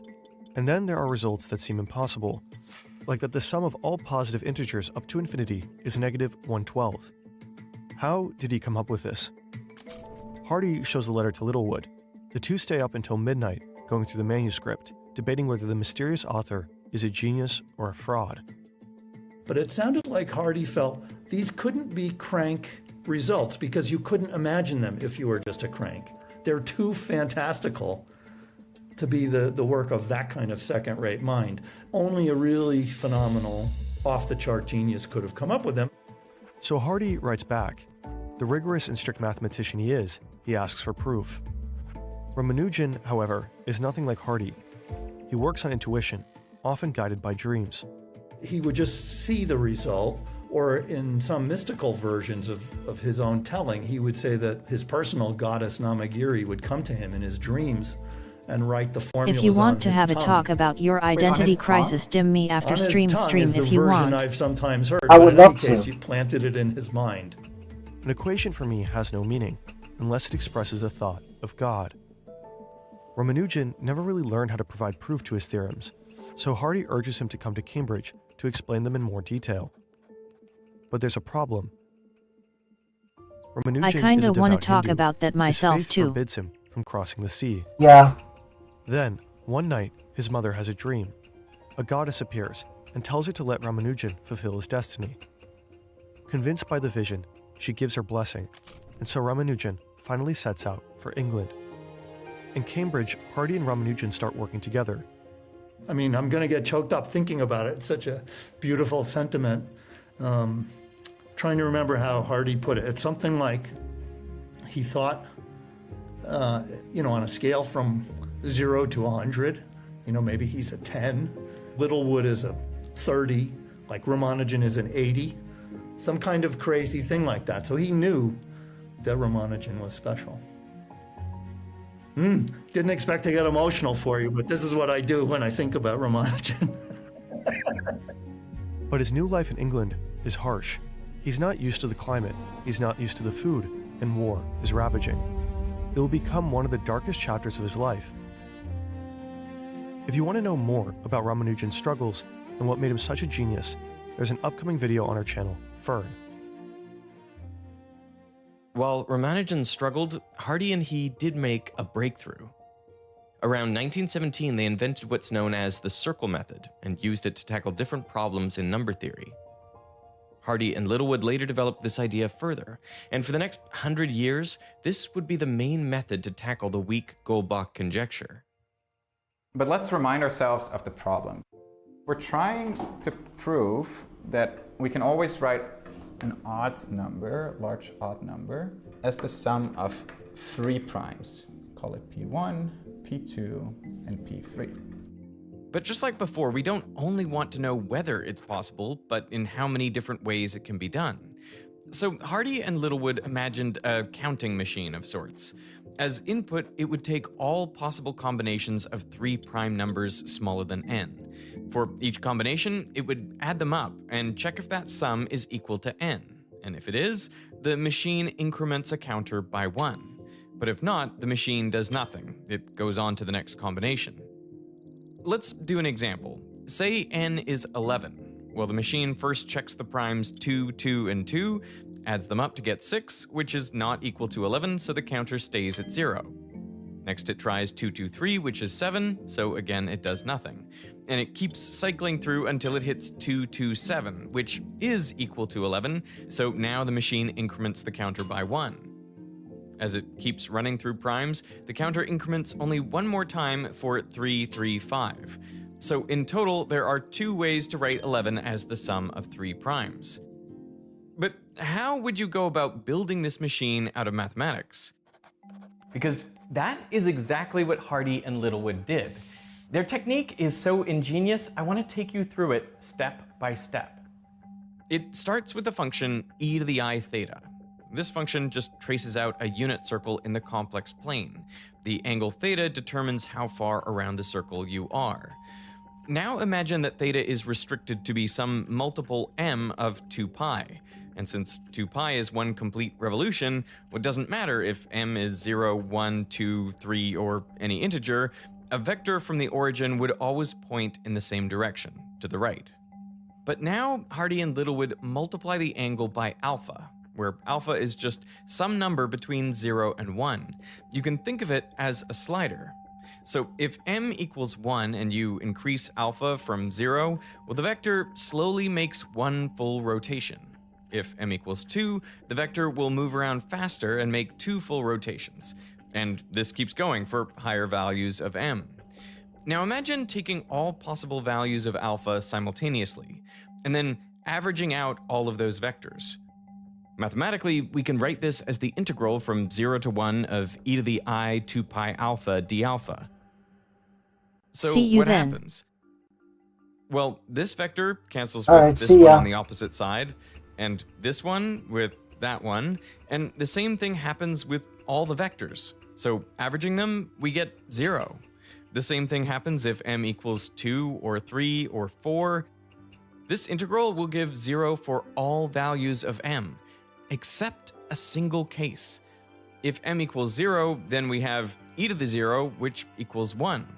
So no matter what alpha is, the vector always points to the right, and averaging that will always give 1. So this equation is very close to the machine we were trying to create. If m equals 0, it returns 1, but if m is not equal to 0, it returns 0. So all that's left to do is replace m with what we're interested in. Specifically, is the sum of p1 plus p2 plus p3 equal to n? We can rearrange that to get p1 plus p2 plus p3 minus n equals 0. So if we sub in this expression for m, then every time the 3 primes add up to n, this value will be 0, and the integral will be equal to 1. And every time the primes don't add up to n, this value will be non-zero, and so the integral will return 0. But right now, this equation only checks one triplet of primes. To check all possible combinations of primes smaller than n, we need to add a sum. Since this will count up all the ways 3 primes can add to make n, we can call it h of n. So in fact, let's try it out. Put in n equals 11, compute this function, and it gives 6, which is not the 2 we found before. So what happened? Well, we've simplified the logic a little bit, so we actually get some duplicates this time. For example, the machine finds 227, but also 722 and 272. Mathematicians correct for this when doing the real calculation, but for our purposes, This machine is good enough. So we've got our h of n. And if we can show that h of n is at least 1 for every odd number greater than 5, then we've proven the weak Goldbach conjecture. But there are two issues with this approach. The first is that we assumed that we know all of the prime numbers smaller than n, which is true when n is small, but as n goes to infinity, we just don't know all of the primes. The second problem is that as the number of primes increases, the number of possible combinations explodes. If n is 10,001, there are 1,229 smaller prime numbers, which means a total of 310,144,295 possible prime triplets. Increase n to 1 billion, and the possible combinations jumps up to nearly 22 sextillion. And this trend continues. So using this approach in a simple way won't work. So Hardy and Littlewood came up with a smarter way. They fundamentally reframed the problem by taking the sum inside the integral.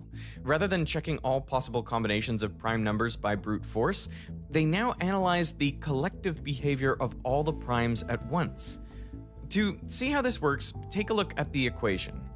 In the exponent is the sum of 3 primes minus n. But adding in the exponent is the same as multiplying exponentials together. So we can rewrite this as the product of 4 exponentials. The first 3 of these are actually I'm currently distracted, so I got to bounce for now, but if you are still streaming later, look forward to still catching it, but if you are not, I look forward to leaving a comment. So we could just call this function s of alpha Alright, gotcha.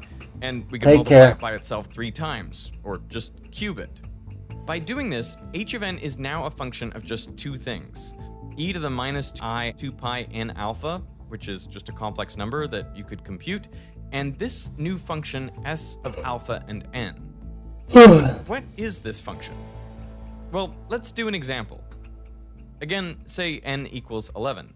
Then s of alpha and 11 equals just a sum of 4 exponentials, each governed by its own prime number. You can think of each of these exponentials as a clock, each with its own prime number that determines how fast the clock spins. So 2 turns the slowest, 3 turns faster, 5 turns faster still, and so on. But remember, this is a sum, so we actually need to add up all the clocks tip to tail. Now watch what happens as we increase alpha. All the clocks wind around at their own rates. What we're interested in is not the behavior of any individual clock, but instead all of them together. Since we've chosen a pretty small value for n, nothing too exciting happens. But watch what happens if we pick a larger value for n, like 99. Now there are 25 prime numbers that are smaller than 99, and hence 25 clocks in our sum. Now, as we increase alpha, all the clocks again wind around at their different rates. It almost looks like a dragon's tail.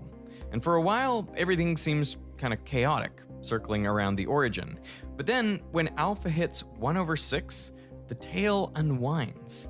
And suddenly, almost all the clocks point in a similar direction, and we get a large resultant value. If we increase alpha further, the clocks cancel out again, until we hit the next magic point, 1/3. Here again, many clocks line up, and this curious pattern keeps repeating. For the majority of values of alpha, the clocks cancel each other out. But at a few special points, like a half, the tail unwinds, the clocks interfere constructively, and we get a large resultant value. If the angle is, 360 degrees divided by a whole number, you get some very particular behavior that's very predictable. Those are the angles at which this function, when you sum the primes, they actually go far from 0. And what happens at a random angle, and you just start adding the primes up, it keeps changing which way it's pointing, and the thing just bounces around. So why is this happening? Well, let's look at when alpha equals a half. Here, what we're doing is multiplying each prime number in the exponent by a half. In other words, dividing each prime number by 2. So let's do this for each of the primes. In the first column, we'll write down how many times it can be divided by 2, and in the second column, we'll write down the remainder. So 2 divided by 2 equals 1, leaving a remainder of 0, so we've just made 1 full rotation. 3 divided by 2 is 1, but that leaves a remainder of 1, so it makes 1 full rotation and then a half rotation. 5 divided by 2 is 2 with a remainder of 1, so it makes 2 full rotations and then a half rotation more. Now, we don't really care about the first column because it doesn't matter how many full rotations a clock makes, we only care about where the arrow ends up, and that's fully determined by the remainder. It's just the remainder times alpha. So from now on, we'll just keep track of the remainders. And what we find is that all of the other remainders are equal to 1. So all clocks except the first one point the same way. This is because when we're dividing whole numbers by 2, there are only 2 possible remainders, 0 or 1. And since we're working with prime numbers, only 2 can have the remainder 0 because no other prime number is even. Therefore, all other primes must share the remainder 1. Meaning all those clocks end up making another half rotation, so they all point left and constructively interfere. A similar thing happens when alpha equals a third. Now each prime is divided by 3, so the possible remainders are 0, 1, or 2. Again, 3 is the only clock that has remainder 0, so that points right. But all the other primes follow a special pattern, a pattern that makes the entire circle method possible. The remaining primes distribute themselves roughly equally between remainders 1 and 2, which means all the remaining clocks are rotated 1/3 or 2/3 of the way around the circle. Since these clocks are pointing to the left, again we get constructive interference. And this pattern of constructive interference also occurs for other small rational fractions. But for non-rational numbers, you don't get these nicely restricted remainders, so the clocks are roughly distributed equally all over the circle, and you get destructive interference. Hardy and Littlewood realized they could use this. Imagine taking this plot of the magnitude of the resultant arrow and wrapping it around a circle. What they found is that the majority of the contributions come from very small regions of the circle, what they called the major arcs. The rest of the circle only adds minor contributions, so they called these the minor arcs. This allowed them to split up their calculation into 2 parts. The major arc part gives you the main term for how many ways you can write a number n as the sum of 3 primes, and the minor arcs just gives you an error term. They then showed that if the generalized Riemann hypothesis is true, then the main term grows faster than the error term. Oh yeah, I learned ABT this in math some last large enough year. number, call it k, Oh, really? this value will always be larger than 1, and the weak Goldbach conjecture holds. But there are 2 problems with this approach. The first is that they assumed that a generalization of the Riemann hypothesis is true, which we don't know. And the second is that they didn't actually specify that number, k. I mean, how big of a number do you need to get to before you can guarantee that all numbers larger than that adhere to Goldbach's conjecture? Then we've got to wait until 1937, when Russian mathematician Ivan Vinogradov proves the same as Hardy and Littlewood. But he did it without the generalized Riemann hypothesis. So, assumption free. It's one thing to just assume the Riemann hypothesis and say, oh yeah, you can make some progress. But Vinogradov's like, no guys, you don't need the Riemann hypothesis. You can really prove this stuff. But again, he gives some large enough number for which the weak Goldbach conjecture will hold, without specifying that number. And so it's very unsatisfying. Over the next 19 years, one of his students did get that satisfaction when he could specify that number. Do you want to have any guess as to what the number is? 10 to the 50, 10 to the 80, 10 to the 3,000? I don't know. I was guessing things that are far too low, probably. Yeah. It's about 10 to the 6.8 million. Wow, okay. It's huge. But then, from here on, people start working on his method more, and they all use the same techniques. In 1989, the number was brought down to 10 to the 43,000.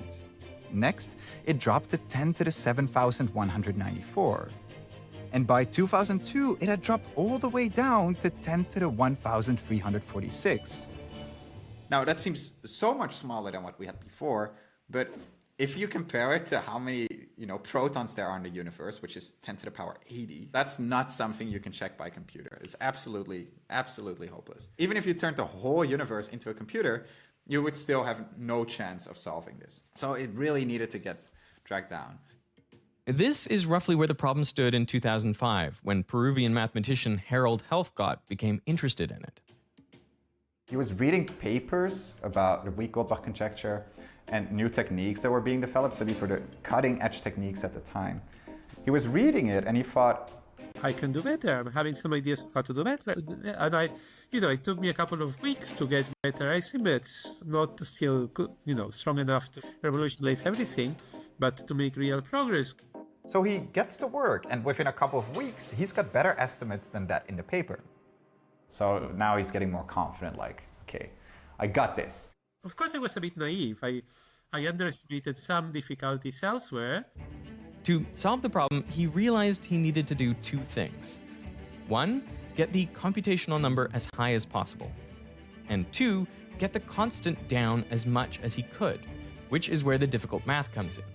Alright, So over the next 8 years, he attacked the problem from both sides, together with David Platt. I know this video is a bit fascinating, but I'm getting a bit distracted even with this, so I'm going to switch to the other video, if there is any.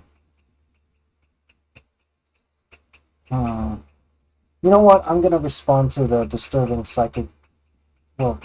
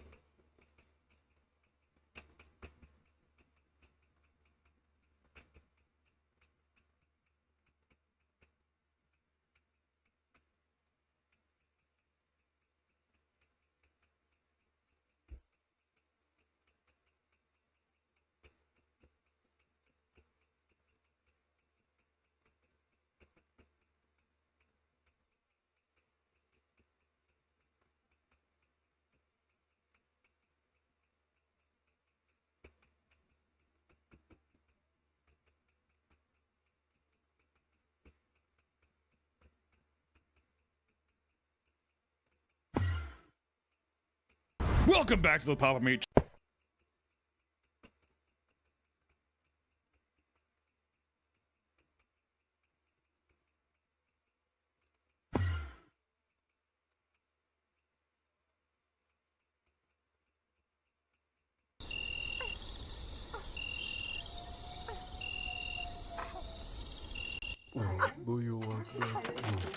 What is that, Hunter? I don't know, what is that sound? Someone's attacking Margaret! wait, what the fuck? Oh my god! Hurry, Hunter! Oh my god! Margaret, we're coming! Margaret, what the hell?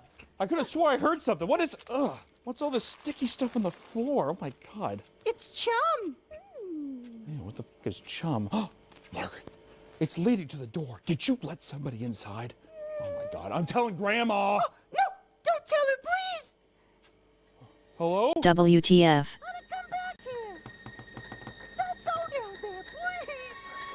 Hello?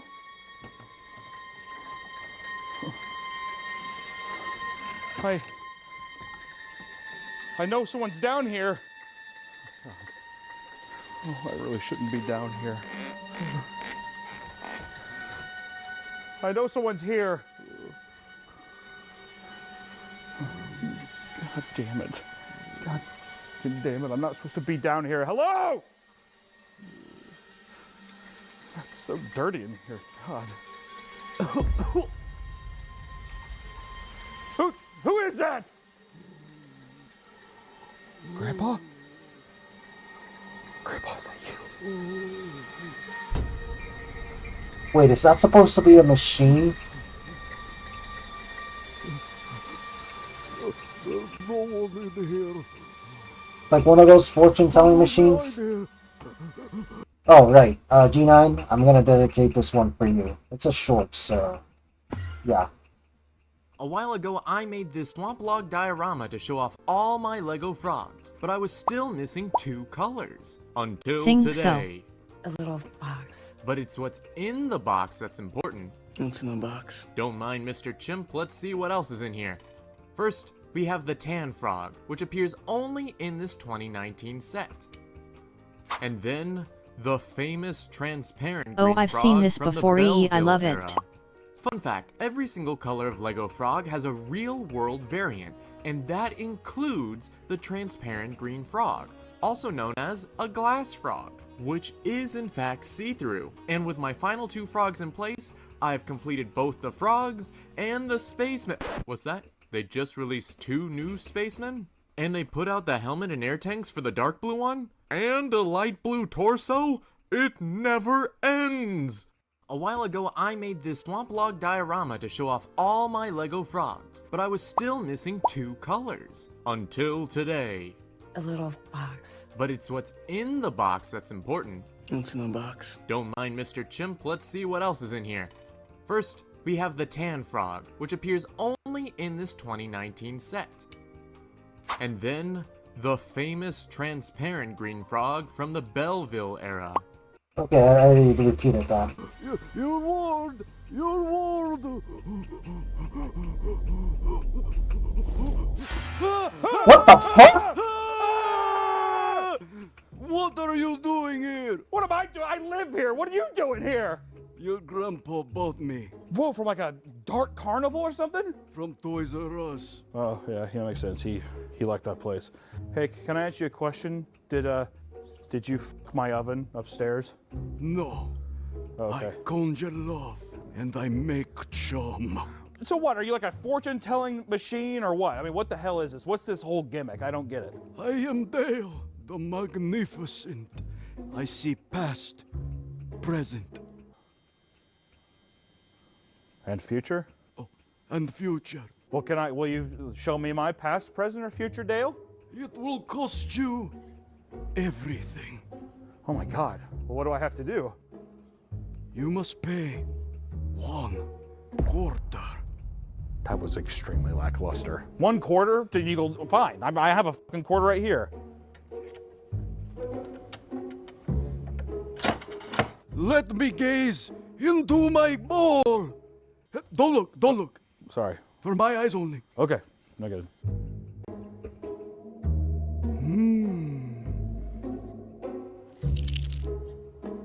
What? Ew, what the fuck? Oh. Do you see anything or? Give me a second. All right. What the fuck?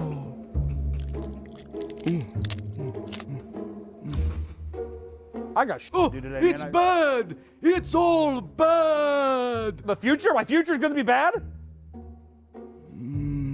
You don't know what the fuck you're doing, do you? You cannot rush these things. I'm not rushing it. You're taking forever. You haven't said anything. What did you see? What's bad? 1 second. Oh, nope. It's gone. What's gone? Your future. My future's gone. You don't know what the hell you're talking about. This is a scam. Can I at least get my quarter back?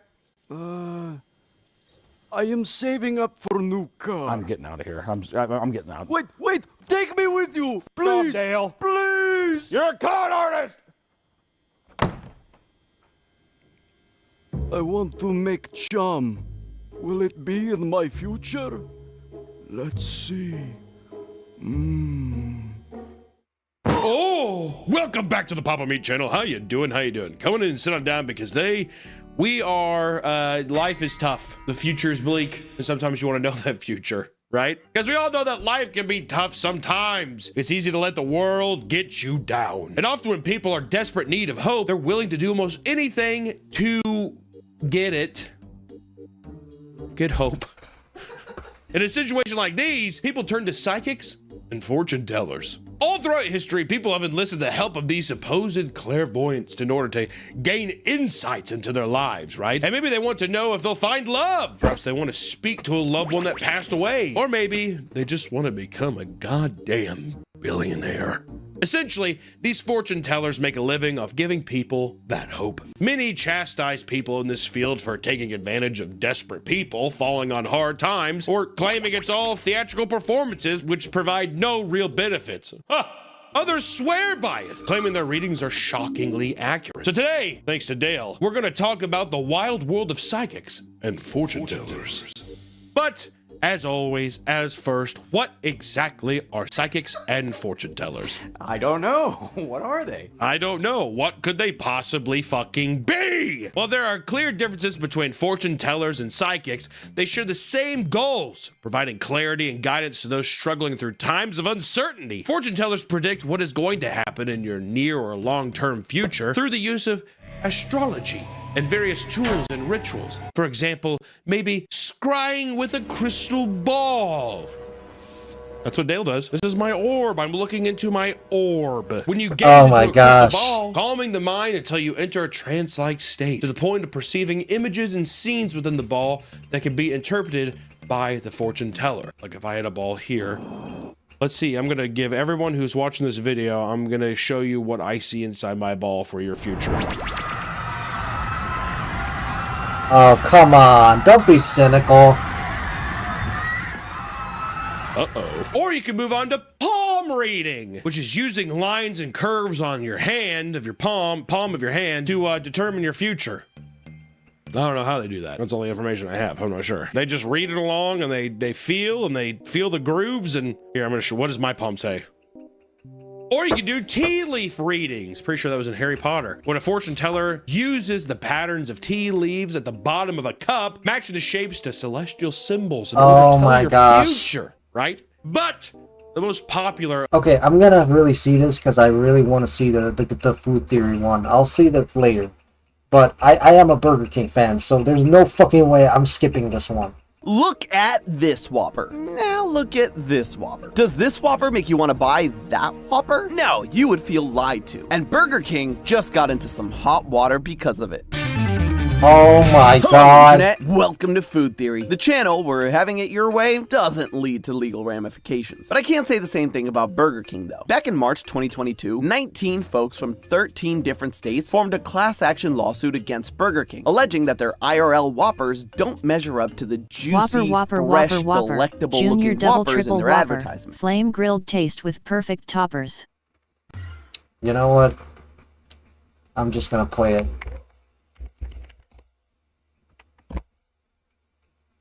I hope that's not copyrighted.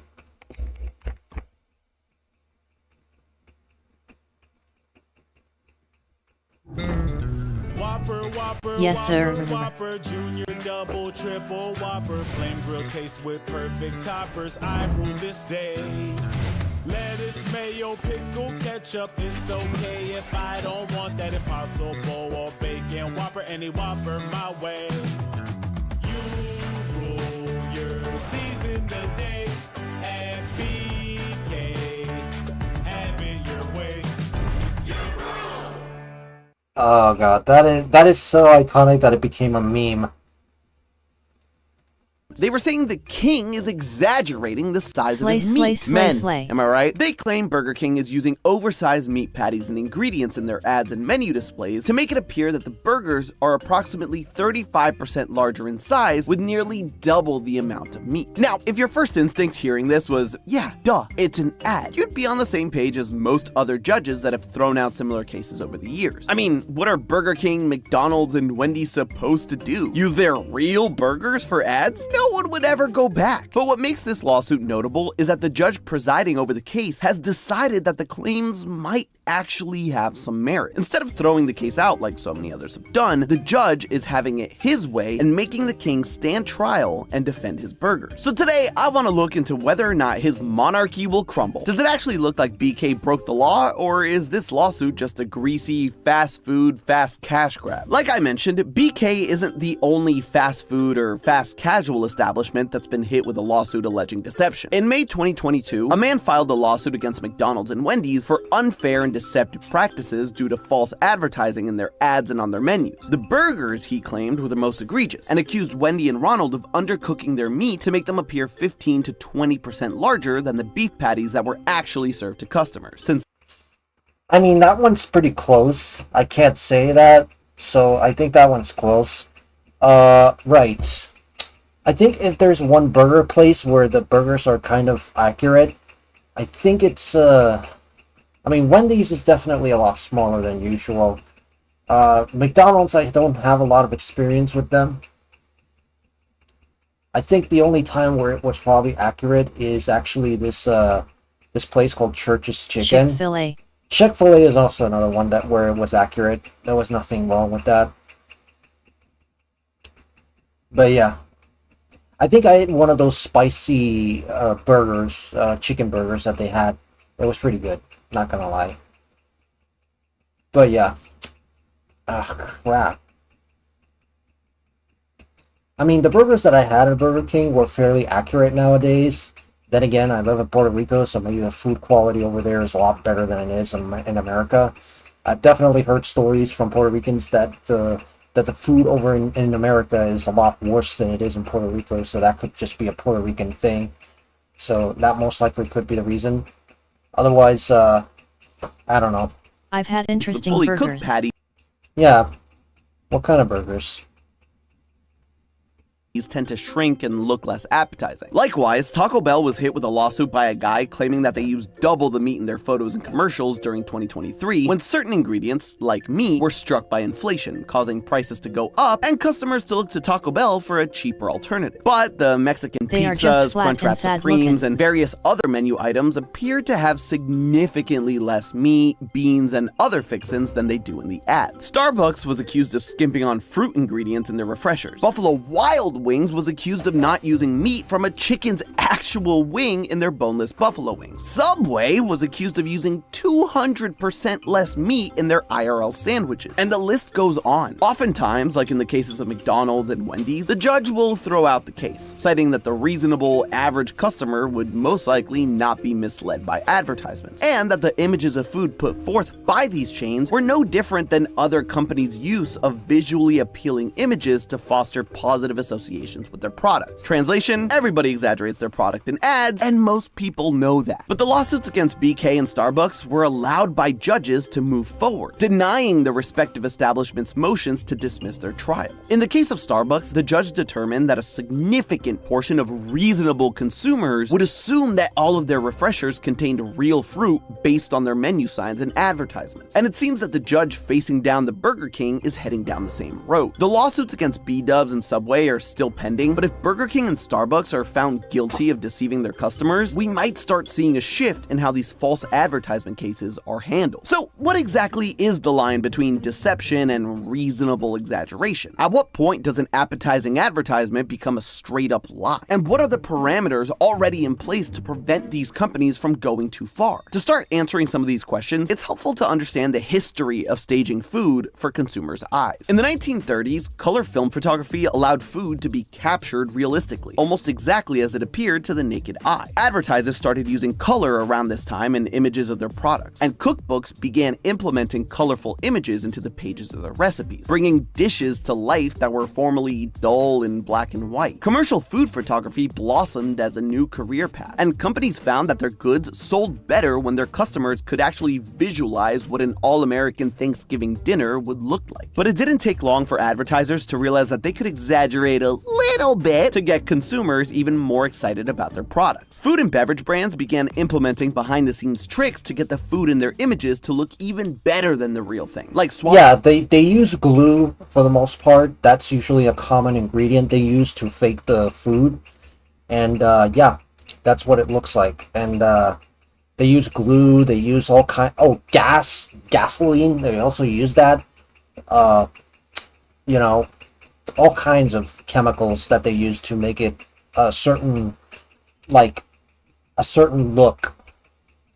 Popping out melty scoops of ice cream in a dish for a thick hunk of mashed potatoes. Under a photographer's hot lights, cold food would melt, lettuce would wilt, and hot food would lose its juicy, steamy sheen. So they improvised. Oil was painted onto dry food to make it look fresher, and hairspray or deodorant was applied when a more matte look was needed. Honestly, all the Gasoline tricks for used in syrup, food which photography sounds are yummy. astounding. Yeah, that's exactly yummy.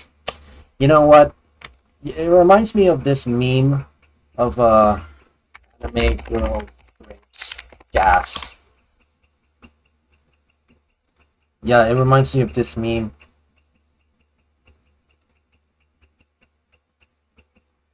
Oh my gosh.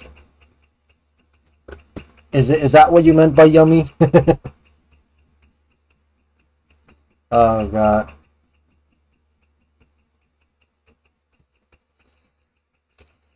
It's actually a really cool art. Ironically, although it was initially invented to accurately capture I'm pretty sure you were being... Slurp. Yeah.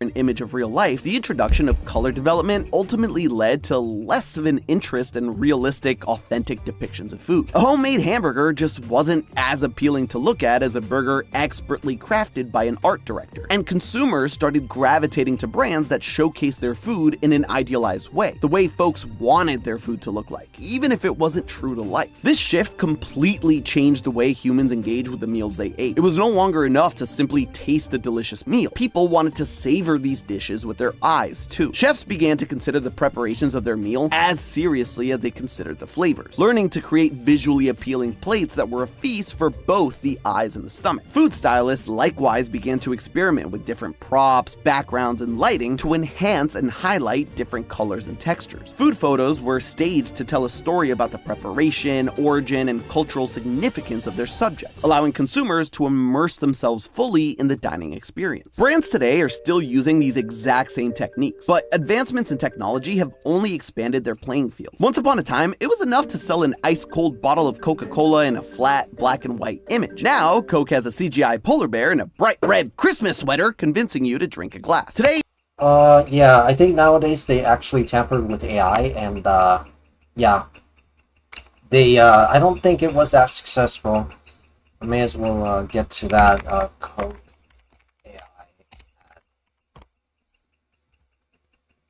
Yeah. I can't believe it's still up. It's actually very brave of them for them to still keep that ad right there.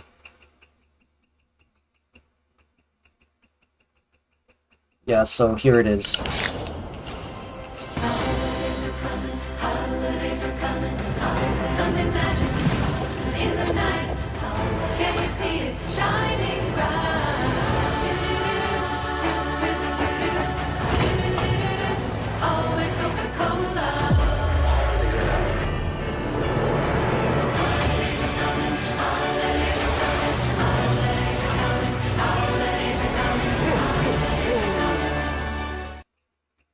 Okay. That was weird. Let me know what you guys think of that AI ad, because that's what they're doing nowadays. I kind of miss the polar bear. many companies have a strict policy of only allowing real edible food. Yeah. Yeah. It kind of is ironic to describe AI-generated art as magic. Like, to be honest, I think AI is better off as, like, concept art. So if you're having trouble coming up with an idea and you just write it down and the AI sort of helps you visualize the idea. And Pop isn't even that good. It's not that good? Oh, I don't know. I like it. It's a lot better than juice, because juice just goes down my throat quicker than and next thing I know it's over, right? Whereas the fizz of soda kind of forces you to savor it every time, because the fizz overwhelms you and you're just like drinking it every now and then and you just appreciate every sip. I like that about pop. In their ads, which means that mashed potato ice cream is fair game. But that isn't always the case. And even modern food stylists have admitted to using non-food enhancements to make... Yeah, I personally like the fizz. I like the fizz because it makes me appreciate the taste. Make their dishes pop in photos and commercials. Need to make a stack of buttermilk pancakes look extra rich and syrupy? Try dousing them in engine oil. Oh my god, there we go. There's the gasoline that I was talking about.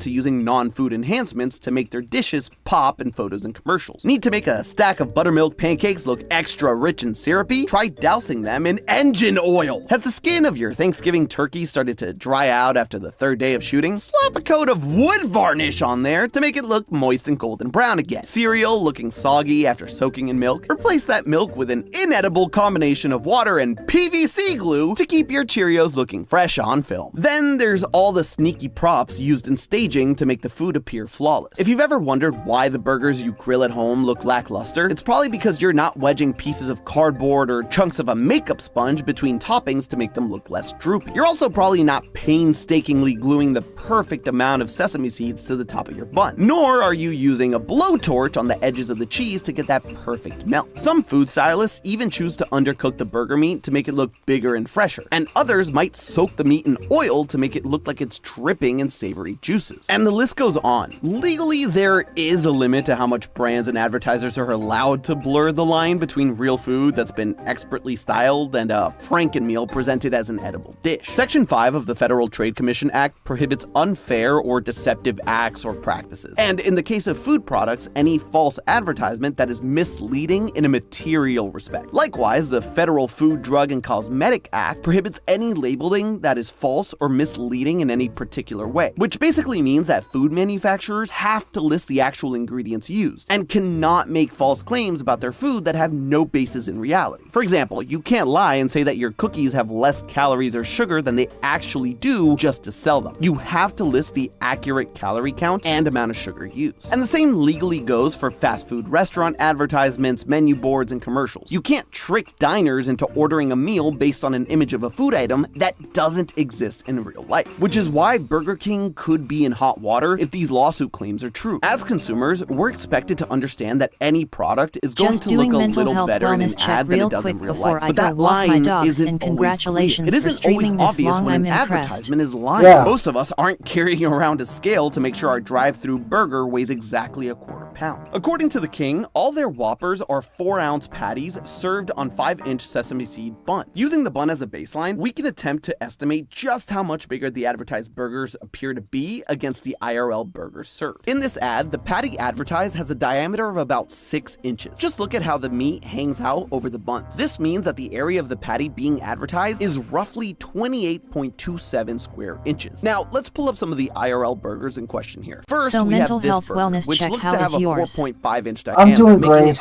I'm doing fine. I should be alright. Aside from the identity crisis that I mentioned earlier, I'm fine. I should be okay. I'm having fun watching this stream, watching this video about burgers, because truth be told, I love burgers. That's my favorite food, besides sushi. Sushi is another one that I like. Its estimated area about 15.9. Let's not forget Chick-fil-A. That deserves a mention. It's a damn shame that it's far away from where I live. Damn. Inches square. That means that the advertised burger is around 78% bigger I love than the real spicy one. When it sushi. comes to volume, the difference is even Oh yeah, more me too. insane. Taking just the volume of the patty, the advertised patty is about 237% bigger. And let's face it, volume of the whole burger doesn't matter as much as the meat. Good job Then for we mentioning have this Chick-fil-A. Whopper, which has Your a 4.25 toes are inch diameter, making its estimated area about 14.19 square Okay, inches, Grapes which BRB, means the and looking advertised forward to burger is unpacking that. 99% bigger in Alright, area and take care. 457 times bigger in volume than the IRL one. Exactly, or way more than what the lawsuit is claiming. If the 19 accusers bring forth similarly damning evidence to court, Burger King could potentially be found guilty of lying to make sales. So just how much hot French fry oil is the BK Lounge actually in? Violating the FTC Act is punishable by a civil penalty. And through the Penalty Offense Authority, the commission is allowed to seek those penalties if it can prove that the King knew his advertisements were unfair and deceptive. That civil penalty, up to $50,000 per violation. That amount adjusts every year to reflect inflation, so they're looking at a maximum fine of close to $1 million paid to the FTC. The commission's goal is to send a clear message that preying on consumers will not be profitable. As far as the civil suit goes, if Burger King is penalized by the FTC, it's likely they'd have to settle with the plaintiffs for an agreed upon amount. We won't know any exact figures unless the involved parties choose to disclose them after the trial, but an interesting possibility also lies ahead for the rest of us. In past civil lawsuit cases against unfair and deceptive practices in food advertisements, all affected customers, not just the plaintiffs who brought forth the case, were also given a small retribution payment. For example, a woman sued Jimmy John's for falsely advertising the inclusion of alfalfa sprouts on her favorite sandwich. Although Jimmy John's ultimately denied the allegations, they still agreed to settle with the plaintiff, as well as provide vouchers to all customers who dined there between February 1st, 2012 and July 21st, 21st, 2014. Those vouchers were only worth $1.40 off your next properly sprouted sandwich, but hey, it's better than nothing. In the end, if the FTC finds the king guilty, or if they decide to make a settlement, all of us Whopper enthusiasts might benefit, even if it's only a few bucks. But all those dollars and cents will eventually add up. Burger King estimates that over 1.3 billion Whoppers are sold each year worldwide, and 41 Whoppers are eaten around the world every second. Now, I'm not exactly sure how many of those billions of burgers are devoured specifically in the United States where this lawsuit is taking place, but I'd guess it's a pretty high number, considering the fact that the king raked in $1.3 billion in revenue in the US in 2023 alone. Now, if history shows us anything, it's that the lawsuit won't go to trial for BK to lose and the entire industry to be altered forever because of the Whopper. It'll most likely be settled out of court for millions, people will be paid off, and that'll be that. Even in that case, though, it sets the precedent for a lot more legal scrutiny with all these too good to be true advertisements, with puffery or exaggeration that no reasonable customer takes literally, like the world's best or world famous, having to be decreased significantly by fast food companies across the board so they don't become the next target. So will we and the 19 civil suit plaintiffs get rich overnight thanks to underwhelming Whoppers? Probably not. But the kingdom might have a few less treasure chests when all of this is over. And we might even start seeing ads that suddenly don't look quite as appetizing as they used to. But hey, that's just a theory. A food theory. Buen provecho. Buen provecho también. Alright, I think that should settle it for now. Although there is also that other one. Then again, IOFan already left, so maybe I should really just leave it at that. Yeah.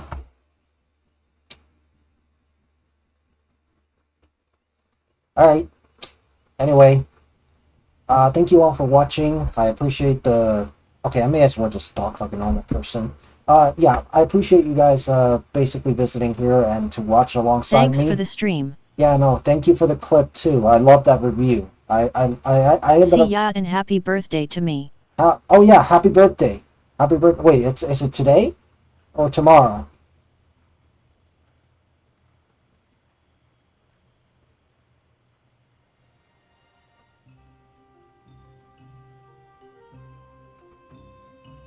Tomorrow. Alright, I'll make sure to sing you happy birthday. Alright. You know what? I really should go back to the brown Goblina. That should probably do it. So no happy birthday to you. Happy birthday, Mai. Thank you, Vula. You're welcome. Okay. Anyway. So, yeah, no, it's honestly nice to see you, but, yeah. Then again, maybe I might stick to, green Goblina.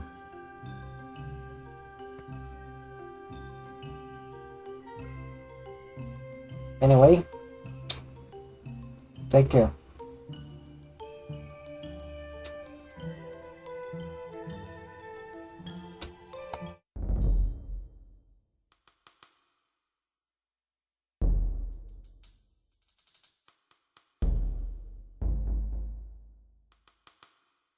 Green one is creepy lookin', brown one less creepy.